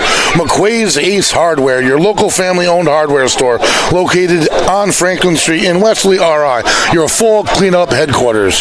Wireless Zone, your Verizon authorized retailer located in Dunn's Corners next to Duncan, and cell phone sales, service, and repair. The Knickerbocker Music Center Live. Watch local bands live from the Nick in downtown Westerly, RI. A premium streaming service brought to you by the Knickerbocker Music Center and Westerly Live. Tim Killam for Westerly School Committee. Lori Wycall for Westerly School Committee. And it's taking them a little while to determine what they're going to do with the injured player at the moment. And it looks like he might need a little bit further assistance getting off the field. And still being checked by the Westerly doctor, longtime Westerly trainer and Dr. Marzilli, was there during my days at school and before. So this game has been a little bit of everything, folks. The Bulldogs came in the first half, and the first half was full of everything. They threw the ball a little bit, a lot of penalties, got through that. We're seeing a nice drive right here, but it's tough to get into any kind of rhythm or momentum when you're going down in the stoppages after every play. First half was mired with penalties, so it prevented either team from getting into any full-fledged rhythm. And now the cramps, and now this, whatever this might turn out to be. So as I was saying before, division realignment, I'm not going to get into any of the pros or cons or really too much into the confusion behind it. What it has left is Westerly with a 14-team division. There's a 2A and a 2B. Both teams are comprised of 7. Both sides are comprised of 7 squads. The Bulldogs are in 2B, which includes Barrington, Cranston East, Portsmouth, Shea, South Kingstown, Woonsocket, and Westerly. Chariho finds themselves in Division 3, and Chariho finds themselves as a victim of that magical realignment. Classical won the state championship in Division 2 and was bumped down to Division 3. So now Chariho will have to play a league game versus last year's Division 2 champ. But we have a round of applause at the football field, and that's exactly what we want to see. As the injured player is up on his feet, still being tended to, but on his feet is a huge thing, folks. And that is a huge, huge breath of fresh air as he'll be helped off the field.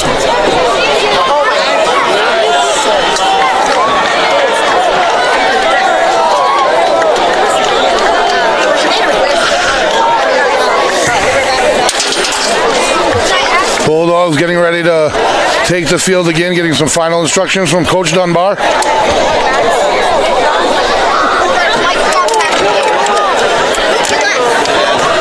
Score 21-14. Bulldogs looking to answer. The Chargers came out, and this is unfortunate if you're a Charger fan as well, all the cramps and everything, because you came out of the halftime exactly how you wanted. You went down the field, you scored, momentum's your favor. Now the Bulldogs are kind of bringing it down your throat a little bit, and the stoppages of play. The Bulldogs come back right here from this break and put it in, and spread it to a possession game again. It just brings you down to drop. So here we go. Bulldogs are third and under a yard. I formation, Powers and Tuck. Not easy to prevent from getting a yard. Gorman in motion, even harder. And they give it all the way to the backfield to Tuck. He breaks the tackle in the backfield. Unfortunately, he does. And that's going to give him a first and goal. There was pressure from the backside of the Chariho defensive line. And if it wasn't Tuck and it was another runner, they might have had him. But he runs so low to the ground and he runs so hard. And those legs, like I said, they're just muscles, straight muscles. And he uses his hand for balance. And that gives him enough for a first down and a first and goal from about the 2-yard line to make this a 2-possession game. Try to stretch it to 13. He's got 2 touchdowns on the game thus far. Quarterback Williams with the third. Well, the first, really. The past 2 have gone to Tuck. This is going to be Williams on the keeper. A push from behind. Powers pushes him through. Touchdown, Westerly. So they answer. The Chargers score out of the half. Only 1:46. They ate some time off the clock in the third. But more importantly, they answered the Chargers score. Chargers came out of halftime. They made some adjustments. Coach Dunbar on the fly wasn't having it. Made his adjustments. Right down the throat they went. And now we're going to see a little bit of difference on the Bulldogs defense. I don't think you're going to see as much success through the air as you saw on the last drive as from Chariho as you did. These coaches, they coach on the fly fluently, you folks here in Westerly, and I'm sure they've already brought attention to that. And now looking to extend this lead to a flat 14, all sorts of motion. Who moved first? I think it might have been Westerly. It's never safe when you get knocked backwards on a jump start, either on the knees, as Fazzato went down in an awkward fashion.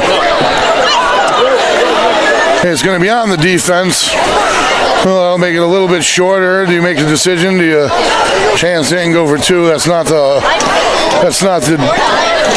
odds maker's pick to do.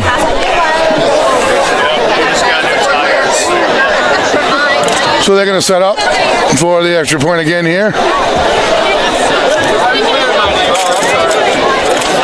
Move forward a couple inches anyway. 1:46 to go in the third here, folks. Chariho High, Westerly.live, Westerly.radio, bringing it to you, folks. Football 2022 season opener, non-league versus Chariho. The snap low, handled by Williams. He did a good job of trying to get it up. Couldn't get it up that high. It was a knuckleball snap, and it was low, and that point does not go. 27-14. The Bulldogs lead by 13. Let's see if that point matters. It often does, but we'll see. The Chargers are going to have to stop the Bulldog offensive machine for that to matter. The Chargers will get set to get the ball back, though. And you got to think they're going to go back the aerial route. That's really the only route offensively that they've found any success here today. And ID and a credit card for the Bulldog kick team set to take the field as the crowd has hung around. Haven't dropped many people, really no reason. It's a beautiful night out. And I say that, but it's so hot on the field. The humidity of running around down there is what's draining the water out of these guys' body. And that's why there's so many cramps. And once you don't see the return of those Charlie horses that just keep coming back, there's nothing you can do sometimes. Absolutely nothing you can do to get your guy back in once they start. With an entire another quarter to play, they're staying hydrated and you keep moving on the sidelines. Never stand too still. And the kick for the Bulldogs coming to the near sideline, popped up a bit, and it's going to be reeled in. And he is across the 30 with some space. Spins off a man, and he breaks one more. He's going to go. He's got one man to beat. And the Chargers have a man down, no flags down, and they answer in the far corner. They catch it at about the 18-yard line and go 82 yards just like that to answer the Bulldogs' methodical drive. And now they can do one better if they make their extra point and only trail by 6. These fireworks aren't over, folks. And that's why these people have stayed. We have another cramp way down on the other end of the field. But these Chargers, folks, they're going nowhere. And now that extra point, that matters. Now they're quietly getting closer.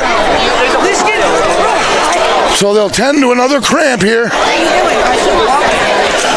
And any chance that these players are getting, they're getting water, they're getting told to get water. But special teams, it can be a killer, and it comes to bite the Bulldogs for the first time this season early on here.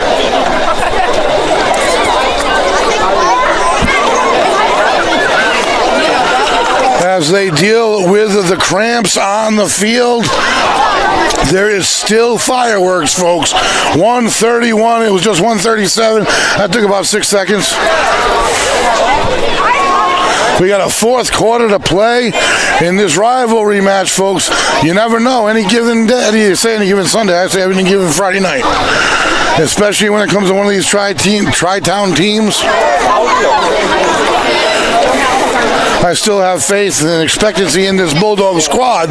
I really do. But I am impressed with the resilience of this Chariho Charger team. I really am. I mean, both teams have been through their bouts of penalties. Both teams have been through their bouts of cramps. And both teams are battling back and forth, tucking, nip and tuck. Extra point here is huge, huge, huge.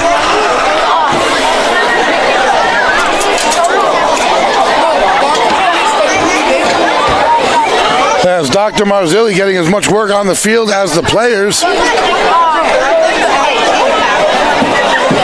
So is it 26 and a half yards to midfield?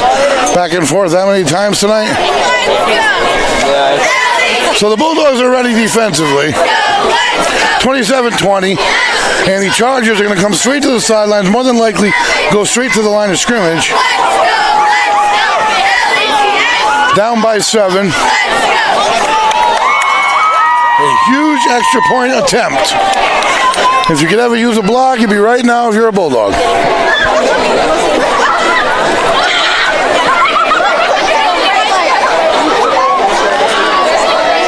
Waiting for the whistle.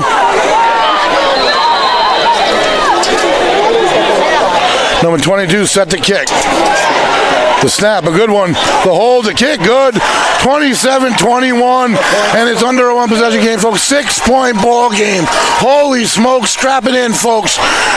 We got a quarter. We still got a minute 30 in the third, and we got a whole fourth quarter to go. Westerly versus Chariho, folks.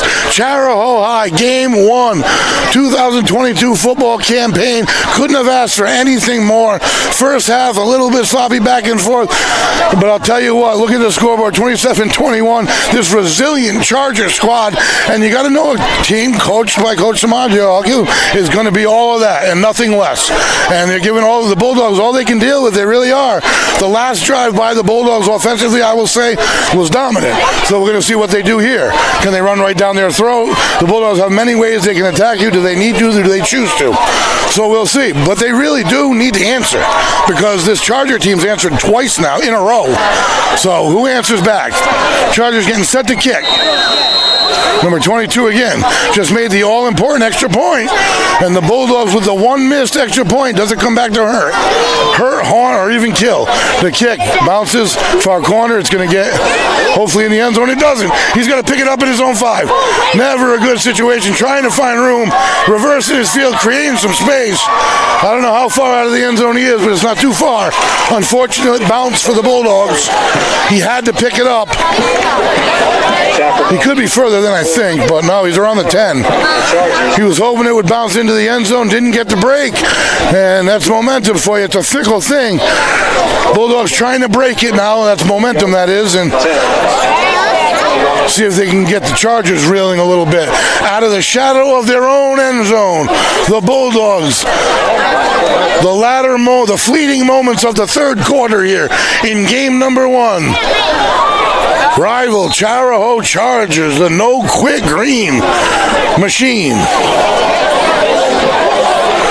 They went to the state championship last year, and it took grit like this, I'm sure, to get there. They went on a heck of a playoff run to do it. So the Bulldogs out of the gun. All the weapons are right there. Gives it to Tuck. He's got space. He's one of the weapons that can do it alone. Finally taken down from behind, but not until a big gain. First down yardage. Frustration on the Chargers D right there. And they are going to get frustrated. They must be by now. I mean, that last possession, the Bulldogs did what they wanted to do. And when it comes down to it, you're going to get so hung up and so focused on Tuck, and rightfully so. Zach Tuck is absolutely fantastic. Best runner in the state of Rhode Island coming into this season. He can beat you in a million ways. Williams can also beat you in a lot of ways, folks. So this offensive machine can really click here in Westerly. Waiting for the clap. Snap not long after. Seems to be similar time. He's got some room. He keeps it. Williams waiting for his blockers. He is patient, spinning his way through some blockers. First down yardage again, and another chunk gain, another gain of 15. Williams, a great running back, a great running quarterback. He is as physical as a running back. IQ of a quarterback. He can throw, and just that transfer, that mesh between him and Tuck.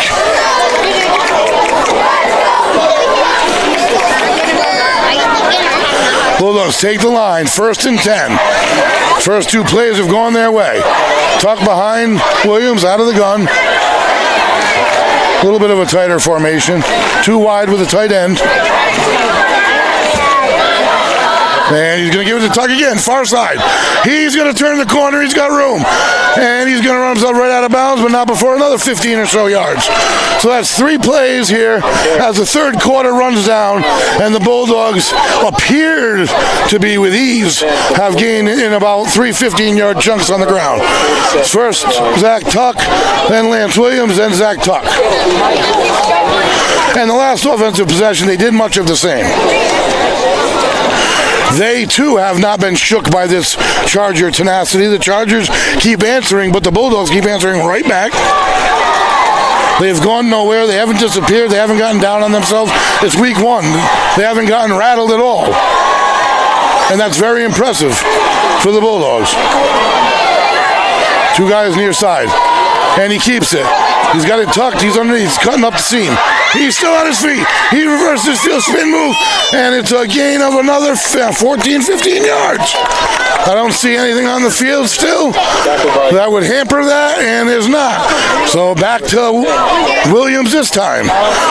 And they're getting it in 12 to 16-yard gains every play right now. And that should, I don't know why the clock on the board, yes, it is running. That is going to do it. 3 quarters of play, folks. The score on the board, Bulldogs 27, Chargers 21, 6-point ball game. Bulldogs on the move. What a game. What a way to start the season, folks. I couldn't be more excited. This game couldn't have given me more than I anticipated. It's been a little bit of everything, and it's all clicking right now for both offenses, which leads to an exciting fourth quarter. 1 possession game. The Bulldogs mixed extra point, but the Bulldog offense has really started to get in sync later in the first half, and then this half has been in sync the whole way. So the Chargers are going to have to do something defensively to stop this Bulldog offensive machine. Getting all the instructions they can and all the water they can, frankly, as the Bulldog cheerleaders are straight in front of us, keeping their fans alive. As I stand right amongst the fans, I love it. It's fantastic. We'll swap sides of the field for the last time tonight. 12 minutes to go.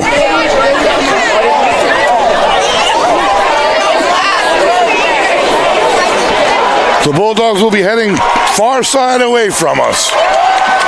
Hopefully far, far. Tuck in the backfield to the right of Williams. Powers to the right.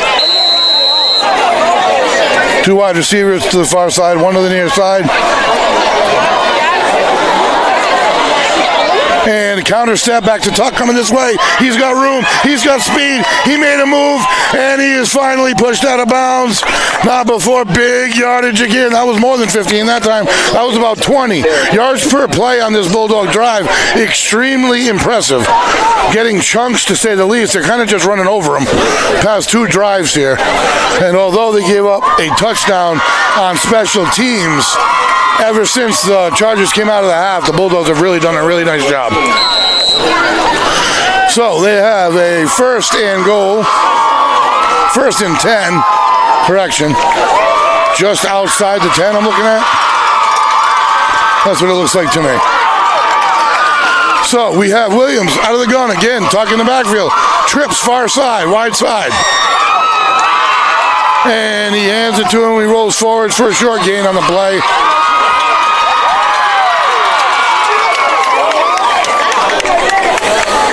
And the cheerleaders drawing a huge crowd over here for Westerly, as they do.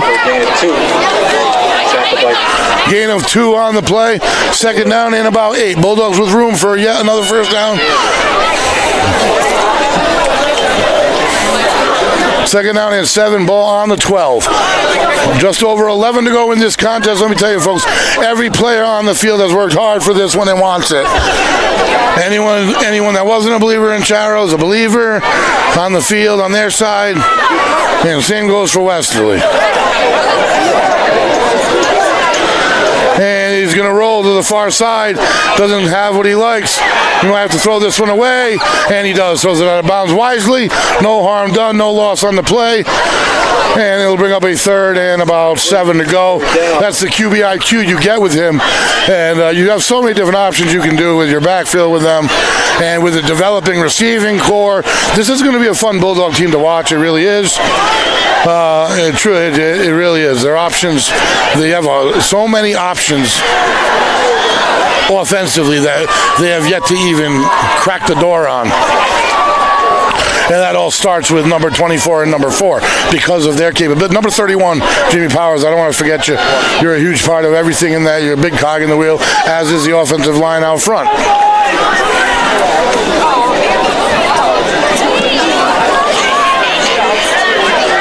I just haven't been spitting out too many names tonight because it's pretty far. So Williams with the cadence, and he gives it to Tuck. Cuts it inside the tackle, straight forward, and it's going to be enough for a first down, I think. Pretty close. Tuck on the carry. And it is a Westerly first down, and I think. Yes, Westerly first and goal. First down and goal to go. 10:50 to go. Bulldogs looking to make it a 2-possession game yet again. The Bulldogs have not trailed in this one. This is the closest it's been, actually.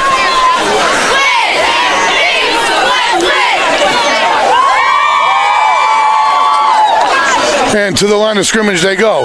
Again, the Bulldogs' offense has been a force here in the second half. They have.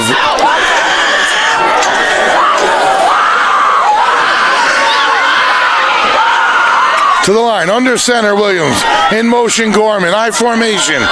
Powers hits the hole. Tuck's got it. Tuck's in behind Powers. And that equals a touchdown for the Bulldogs. And some much-needed room. That's definitely got to be confidence building. This offense has been rolling now here in the second half. And they look, I'll use the word impressive here, as far as tonight's going, without a doubt about it. The talent and athletes are stepping up when they needed to here. And the Bulldogs with a 33-21 lead, a 12-point lead. And they're going to kick, obviously, for the extra point here. And they're going to have to try to make the Chargers eat a little clock if they're going to put any points up. If you're coaching staff for the Bulldogs, you don't want to give up any points. Bulldogs defense had done a nice job, and I don't want to say had and didn't continue to. The first half, that touchdown, I'm not blaming the Bulldogs defense all that much. And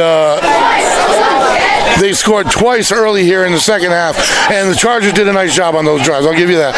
One of them was passing all the way along, and the other one was special teams, which you can't discredit the Bulldogs defense to get the special teams touchdown. So number 11 to kick for the Bulldogs. Snap up, kick. No good for the Bulldogs.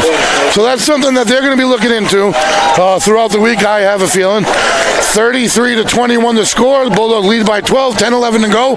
Still plenty of time, folks. Fortunately for the Bulldogs, it's a two-possession game. No matter the number, 8 and 3 is two possessions. So that's only 11, and they have 12. So that 1 point goes to their advantage. It would take 2 touchdowns for the Chargers to take the lead on the Bulldogs here. But that's something early on. If you're going to get exposed in week 1 in a non-league game to a week, and he might not be getting exposed. It might just be an off game. You got to take that. That happens as well. It might be rust. It's game 1. A little bit of pressure to these guys on the field in front of a big crowd, first time in a year. So this is a game again. Everything worked out. Bulldogs, fourth quarter, 10-11 to go. Chariho High. Bulldogs 33, Chargers 21. Chargers are getting the ball. They have scored on offense in the second half, and they have scored on kick return, special teams in the second half. The Bulldogs would like nothing more than a stop, and then some time of possession, maybe even. The whistle, and we are off. And deep middle it goes. And Price has it for the Chargers. Trying to find room up the middle. He does find a decent little return. A little recess in that line on D. And it's going to get him up to about the 40-yard line. So not bad starting position for the Chargers. 10 minutes to go. The Chargers have used 1 timeout. They have 2 remaining. Bulldogs have all 3 on board. You can see a few of the players stretching. I can see specifically Ben Gorman doing a lot of stretching over there. And he is a vital cog. Not that any of them aren't.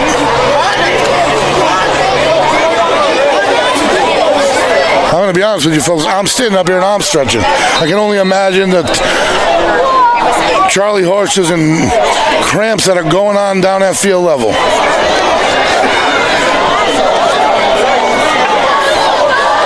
Bulldogs stepping up, showing pressure.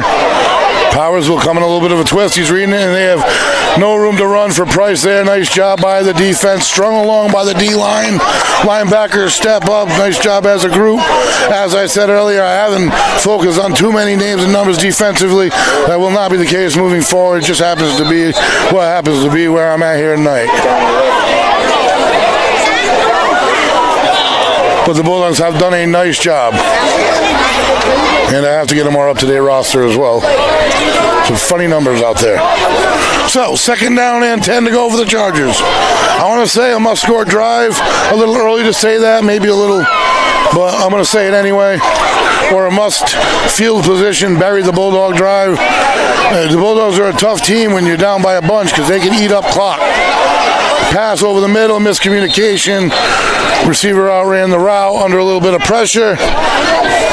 And as the clock ticks and giving up that touchdown to the Bulldogs, that might have deflated this Charger team a little bit. Because let me tell you, after that kick return for a touchdown, it was a new ball game. 6-point game like that, there was definitely new life.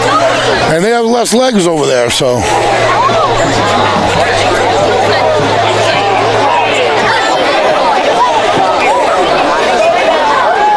Couple late substitutions as the clock is stuck at 9:20 here. Fourth quarter of play. Next Friday night, Bulldogs versus Portsmouth. We will bring it to you live, Westerly.live, Westerly.radio. And false start by the Chargers. And that's going to bring them back. So the Chargers offense, their momentum has lulled a bit. The crowd has quieted, as the majority of the crowd, obviously, Chariho Charger fans, but a huge Westerly turnout in reality. Not a lot of stands, but a lot of people wrapping the field. And they've hung around, and why wouldn't you? With 9:18 to go and only a 12-point game, we've seen huge plays offensively. We've seen huge plays on special teams, and the Bulldogs have their interception by Rextus that was brought back and turned into 7. So we've seen them score in every fashion. Out of the gun. Price to the right. 3 steps looking. Up the far sideline. He looks the whole way, and it is picked off. Is it picked off? He comes up hopping. You never want to see that. But he puts his foot back down. And it was incomplete, batted down out of bounds. But I wasn't even looking at the ball, folks. I was looking at him get up. And that's going to be incomplete, out of bounds. Again, he kind of dropped back, looked in that area, and the Bulldogs saw it, and they were waiting. And he's going to come off. He being Williams. Get a little attention or a little break. And the Chargers will take the line here. 4th down, 15 to go.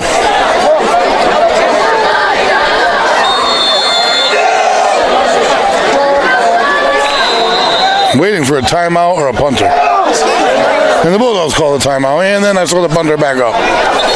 So the Bulldogs are going to, do they call a timeout? They did call a timeout. So the Bulldogs are going to call a timeout, come up with a little plan. I don't know if could be anything from a return plan or calling a play after the return and getting right to the line of scrimmage. I don't think they really need to do any of that kind of stuff at the moment. They're up by 12. They're getting the ball. Probably a secure the ball conversation. Any kind of time consumption here by the Bulldogs, every second now matters, and puts that vice grip on the sideline of the Chargers over there. And they've been tenacious. They've played one heck of a game. No quit whatsoever. I mean, they would come in underdogs, one would say, when you bring in the rivalry factor. And it kind of washes away most of that generally. And we have had an exciting back and forth game all game long. An elongated game because of some early flags and delays and all of the cramps and a lot of stoppages in general. Just a lot of stoppages of play. Unavoidable in game 1 of a year and in such humidity. Snap. And the punter can't handle it. He's in trouble. He's going to try to run and kick. It's blocked. It's loose. The Bulldogs are going to have it. And it's waved down, so I think he might have thrown it wisely, and it'll get called as an incompletion, turnover from the line of scrimmage instead of inside the 10 for the Bulldogs. So that was a smart move by the punter, if that in fact is what occurred. And it is.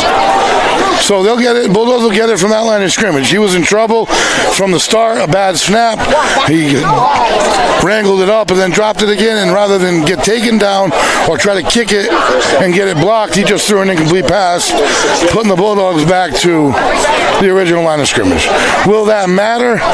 In my opinion, probably not at this point. The Bulldogs are in Charger territory, and judging by their past 2 drives, I think they want to put a nail in this one. But you got to play the game. So let's see what they got. You got tucked deep. Williams out of the gun.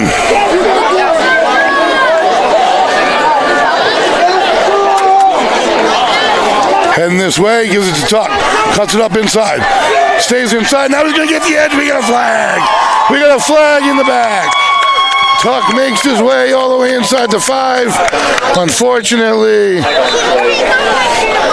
we have reunited with the first half yellow friends.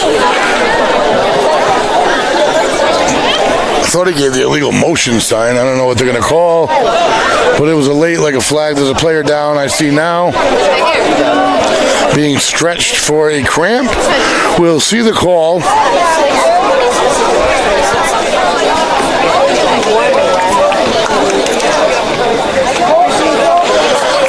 So we'll see what happens after they decipher this, folks.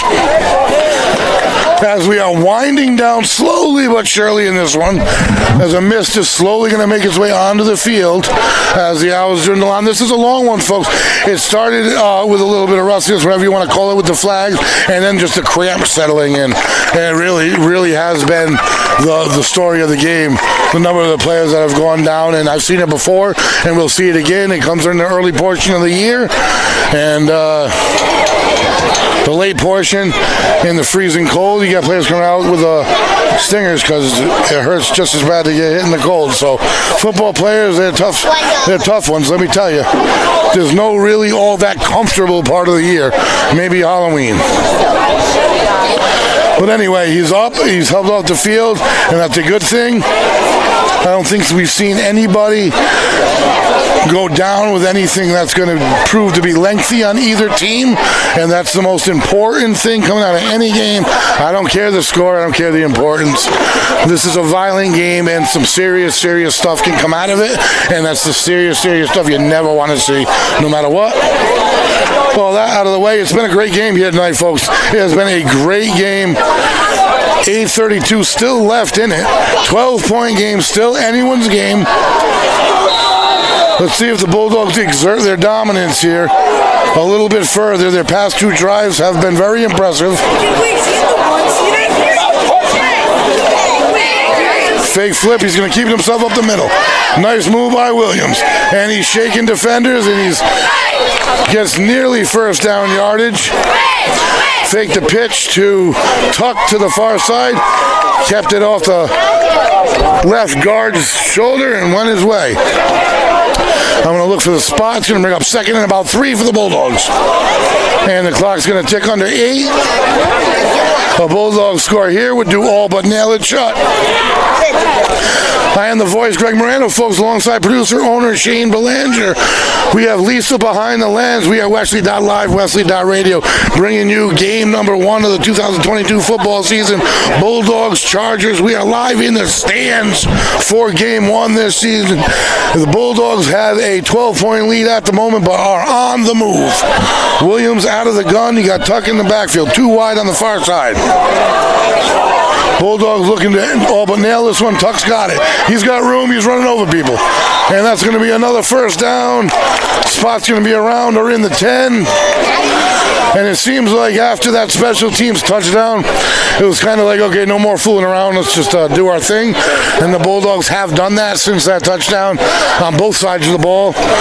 They've allowed no further points, and they have essentially just run through, over, and around the Chargers for what this would be the third score if they finish the drive here in a row.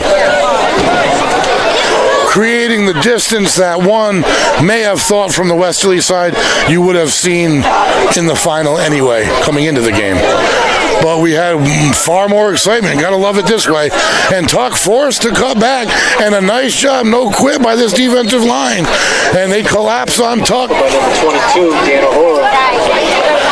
So they're down at about the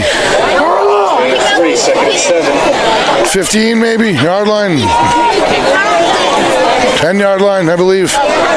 7 yards to go, 2nd and 7 from about the 12.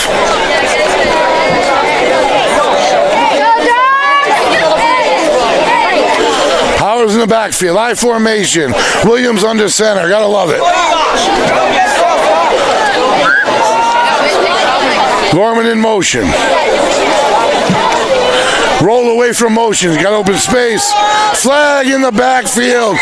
Caught in the end zone. Flag in the backfield. Flag on. And it seems nobody's celebrating, folks. Madon. 5:56 to go in this one.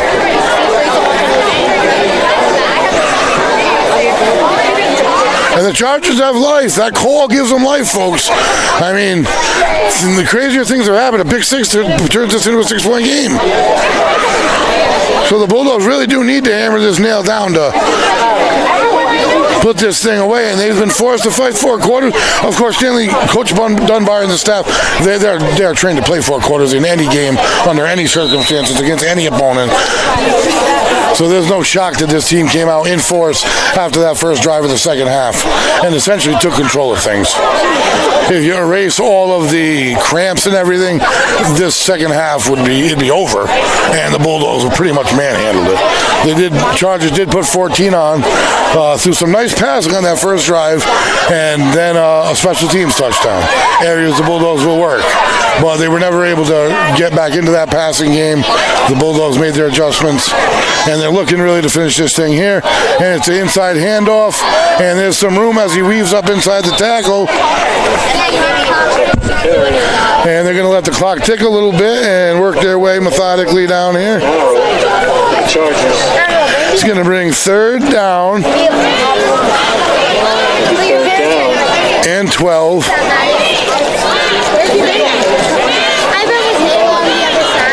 At around the 18-yard line. 4-down territory. Nevertheless, because worst case scenario, you bury the Chargers deeper. We got trips to the near side, folks, wide side. Tuck in the backfield.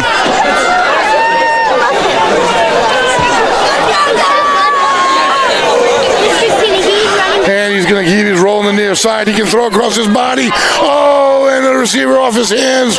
Not sure who was the intended man there. He had two guys he could have shot for. Not sure from here which one he wanted. One guy got a hand on it, and it's incomplete. It's going to bring up 4th and long for the Bulldogs, 4th and 12. And that did stop the clock. So decision time, what are you going to do? I mean, you're obviously going for it.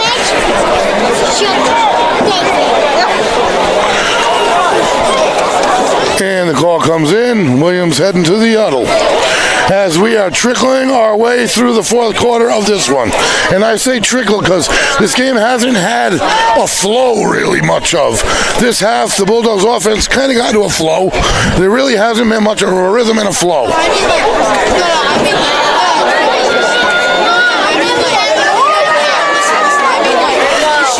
And the Bulldogs are set. Tuck to the left. Williams has it. Back to pass. Looking in the end zone. Near corner. It's up and it is out of here. Picked off in the back corner of the end zone, it looks like. And you would have wanted to probably throw that away just to keep them buried. But anyway, it's 33-21 the score. 4:18 to go. And if the pick is good, they're going to get the ball at the 20. If it's not a pick, they're going to get the ball buried. And did they get credit for the interception is the question.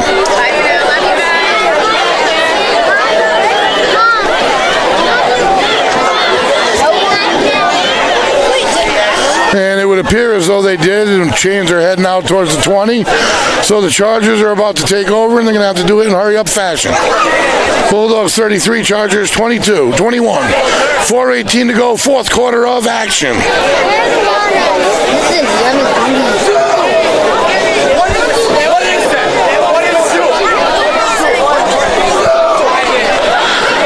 And the Chargers break the huddle. They're going to have to get it in chunks here, folks.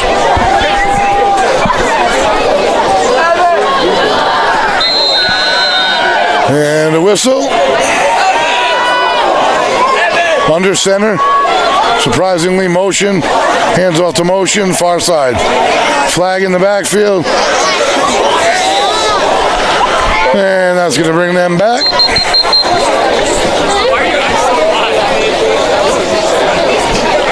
That's going to go against the Chargers. It's also going to stop the clock. I want to get a total of penalties between the two teams here tonight. I'm going to try to get that for next week. It'll be interesting. It's been quite a number.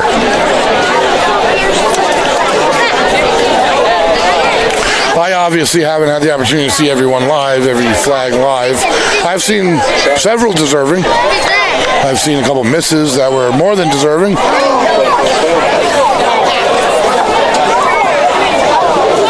Overall, I've seen a opening game, rivalry game, non-league game.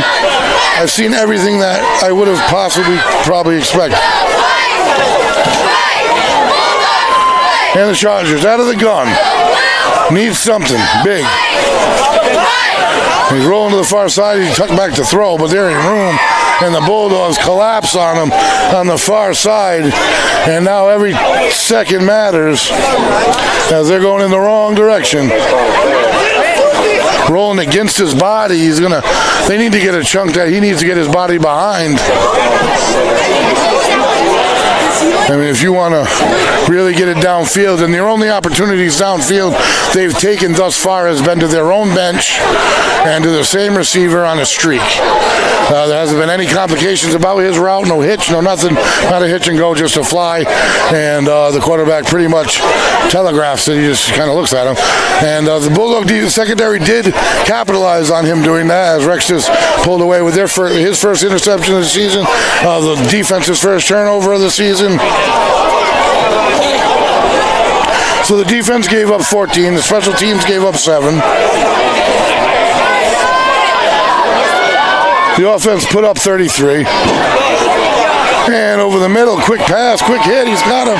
This guy's got speed. They're looking for him to hit the seam. Well, that's enough for a Charger first down. And they don't really have time to be huddling, but they're gonna. So we have stoppage of the clock. Is there a cramp on the field? Oh, they're just resetting the chains. And it's running again.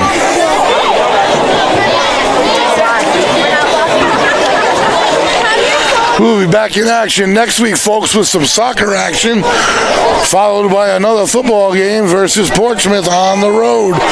That'll be a league opponent, and that will be a quality foe. Flag totals will have to drop, without a doubt. Besides that, I don't see a lot.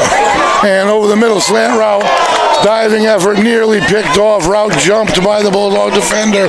Gorman almost has the turnover as they're reading the eyes now. 33-21. 2:01 to go in this one. Crowd starting to disperse, trying to avoid traffic. It is 3rd down and 10.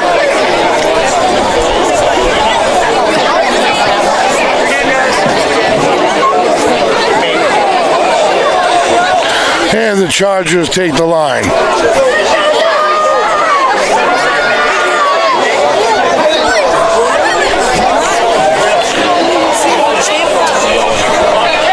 Perrin got the snap, looking middle of the field. Middle of the field he goes.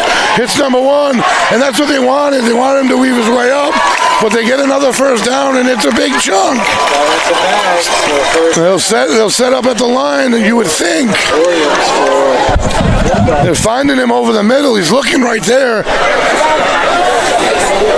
That's number 1, Caleb Maggs.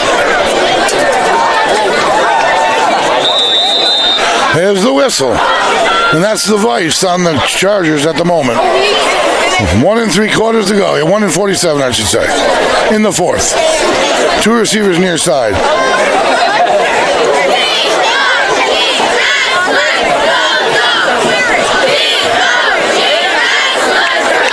Out of the gun, waits the snap. 3-step drop, looks, forces a step up, down he goes. The Bulldog defensive line collapses and Perrin goes down. And that's going to force a timeout, or in way too much time off the clock, and a timeout it is on the Chariho sidelines.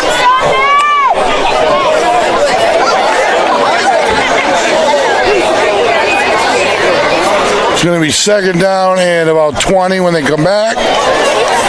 So this one is about salted away now. And an exciting game it was. Let me tell you, the temperature changed throughout the game. Went from humid. You saw on the field just crazy amount of cramps, stoppages of play, which that all comes into quality of play. When a game stopped 60 times between cramps and between flags, it is really hard as an athlete to get into a rhythm on either sides. So I give credit to both teams. I really do. I'm not going to pick apart anything either team did. Some of the flags, they were justified. It's game 1. There was a couple that weren't called that were blatant, but that's game one for the refs too. So all in all, this has been a beyond entertaining game. The best place to be in Rhode Island, without a doubt. And next week, Westerly.live, Westerly.radio, we're going to bring you the best football game of the week again versus Portsmouth. 1:20 left to go in the fourth quarter of this one. We got some soccer action for you earlier in the week next week. Boys opened up their season with a victory last night. Girls volleyball team opened up the season with a victory last night. And the football team's looking to open up the season. Screen pass, far side. Worked the first time, they gained a few. It's bend but don't break, keep the clock ticking type scenario for the Bulldogs. As we approach 1 minute to go. So the three sports active in week one here, looking to go to 3-0 here. Chargers back at the line of scrimmage.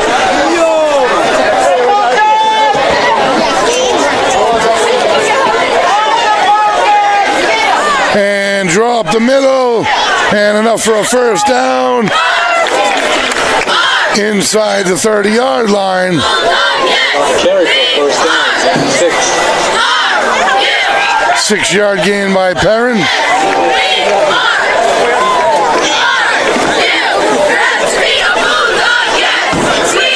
And a timeout is called. And it looks like the Chargers want to add one more on the board. Get a little closer to their crosstown rival. I don't think the Bulldogs want to let that happen.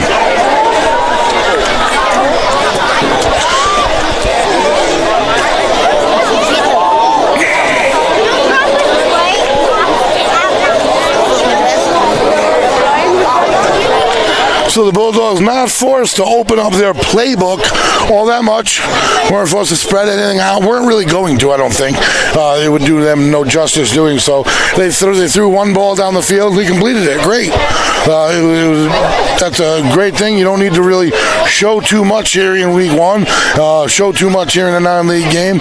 You got Portsmouth next week. They're watching. You got Barrington the following week. It's going to be incessant, and it's going to be 100 miles an hour all season long in this Division 2, especially this Division 2B. 2B is comprised, folks, of Barrington, Cranston East, Portsmouth, Shea, South Kingston, and Woonsocket. The other side's got Burrowville, Cranston West, Cumberland, East Greenwich, East Providence, Mount Pleasant, and St. Ray's. It's not an easy ride on either ends. First and 10 for the Chargers from the 30. 40 seconds to go. Back to pass, rolling near side. Throws it up. He's got his man. And great defense on the play by Ben Gorman. What defense from the outside linebacker position. Blankets him and gets his hand in at the last second. Number 1, Maggs, is definitely the man he wants to hit.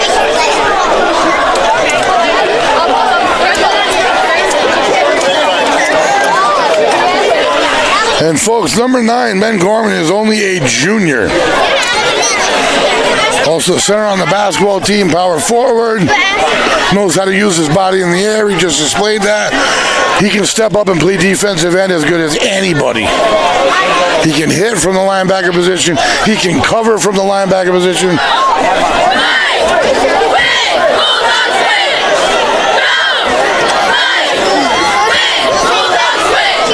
Parent rolling to the way from Gorman this time. Going to try to plant and throw, and he can't. Driven out of bounds. That's going to bring up third and about 17. We're under a half a minute.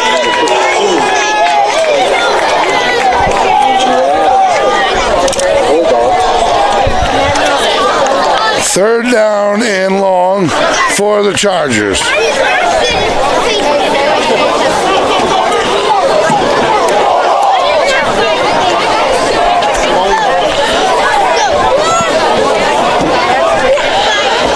So we're waiting for some final instructions to wind this one down, and the Chargers are set to take the line. Third and long. It's an all about confidence booster here for the Chargers if they can get one in, tack one on, and I'm going to be honest with you, it would really infuriate the Bulldogs.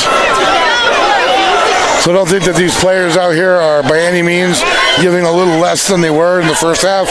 They're not. That won't work out on film day very well for them.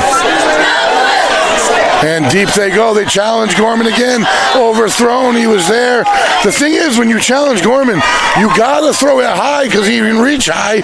And then by that point, you've overthrown your receiver. It's a huge asset, and it's 4th and long. A hold here and a couple kneel downs, and this thing is over, folks. A hold here and a kneel down.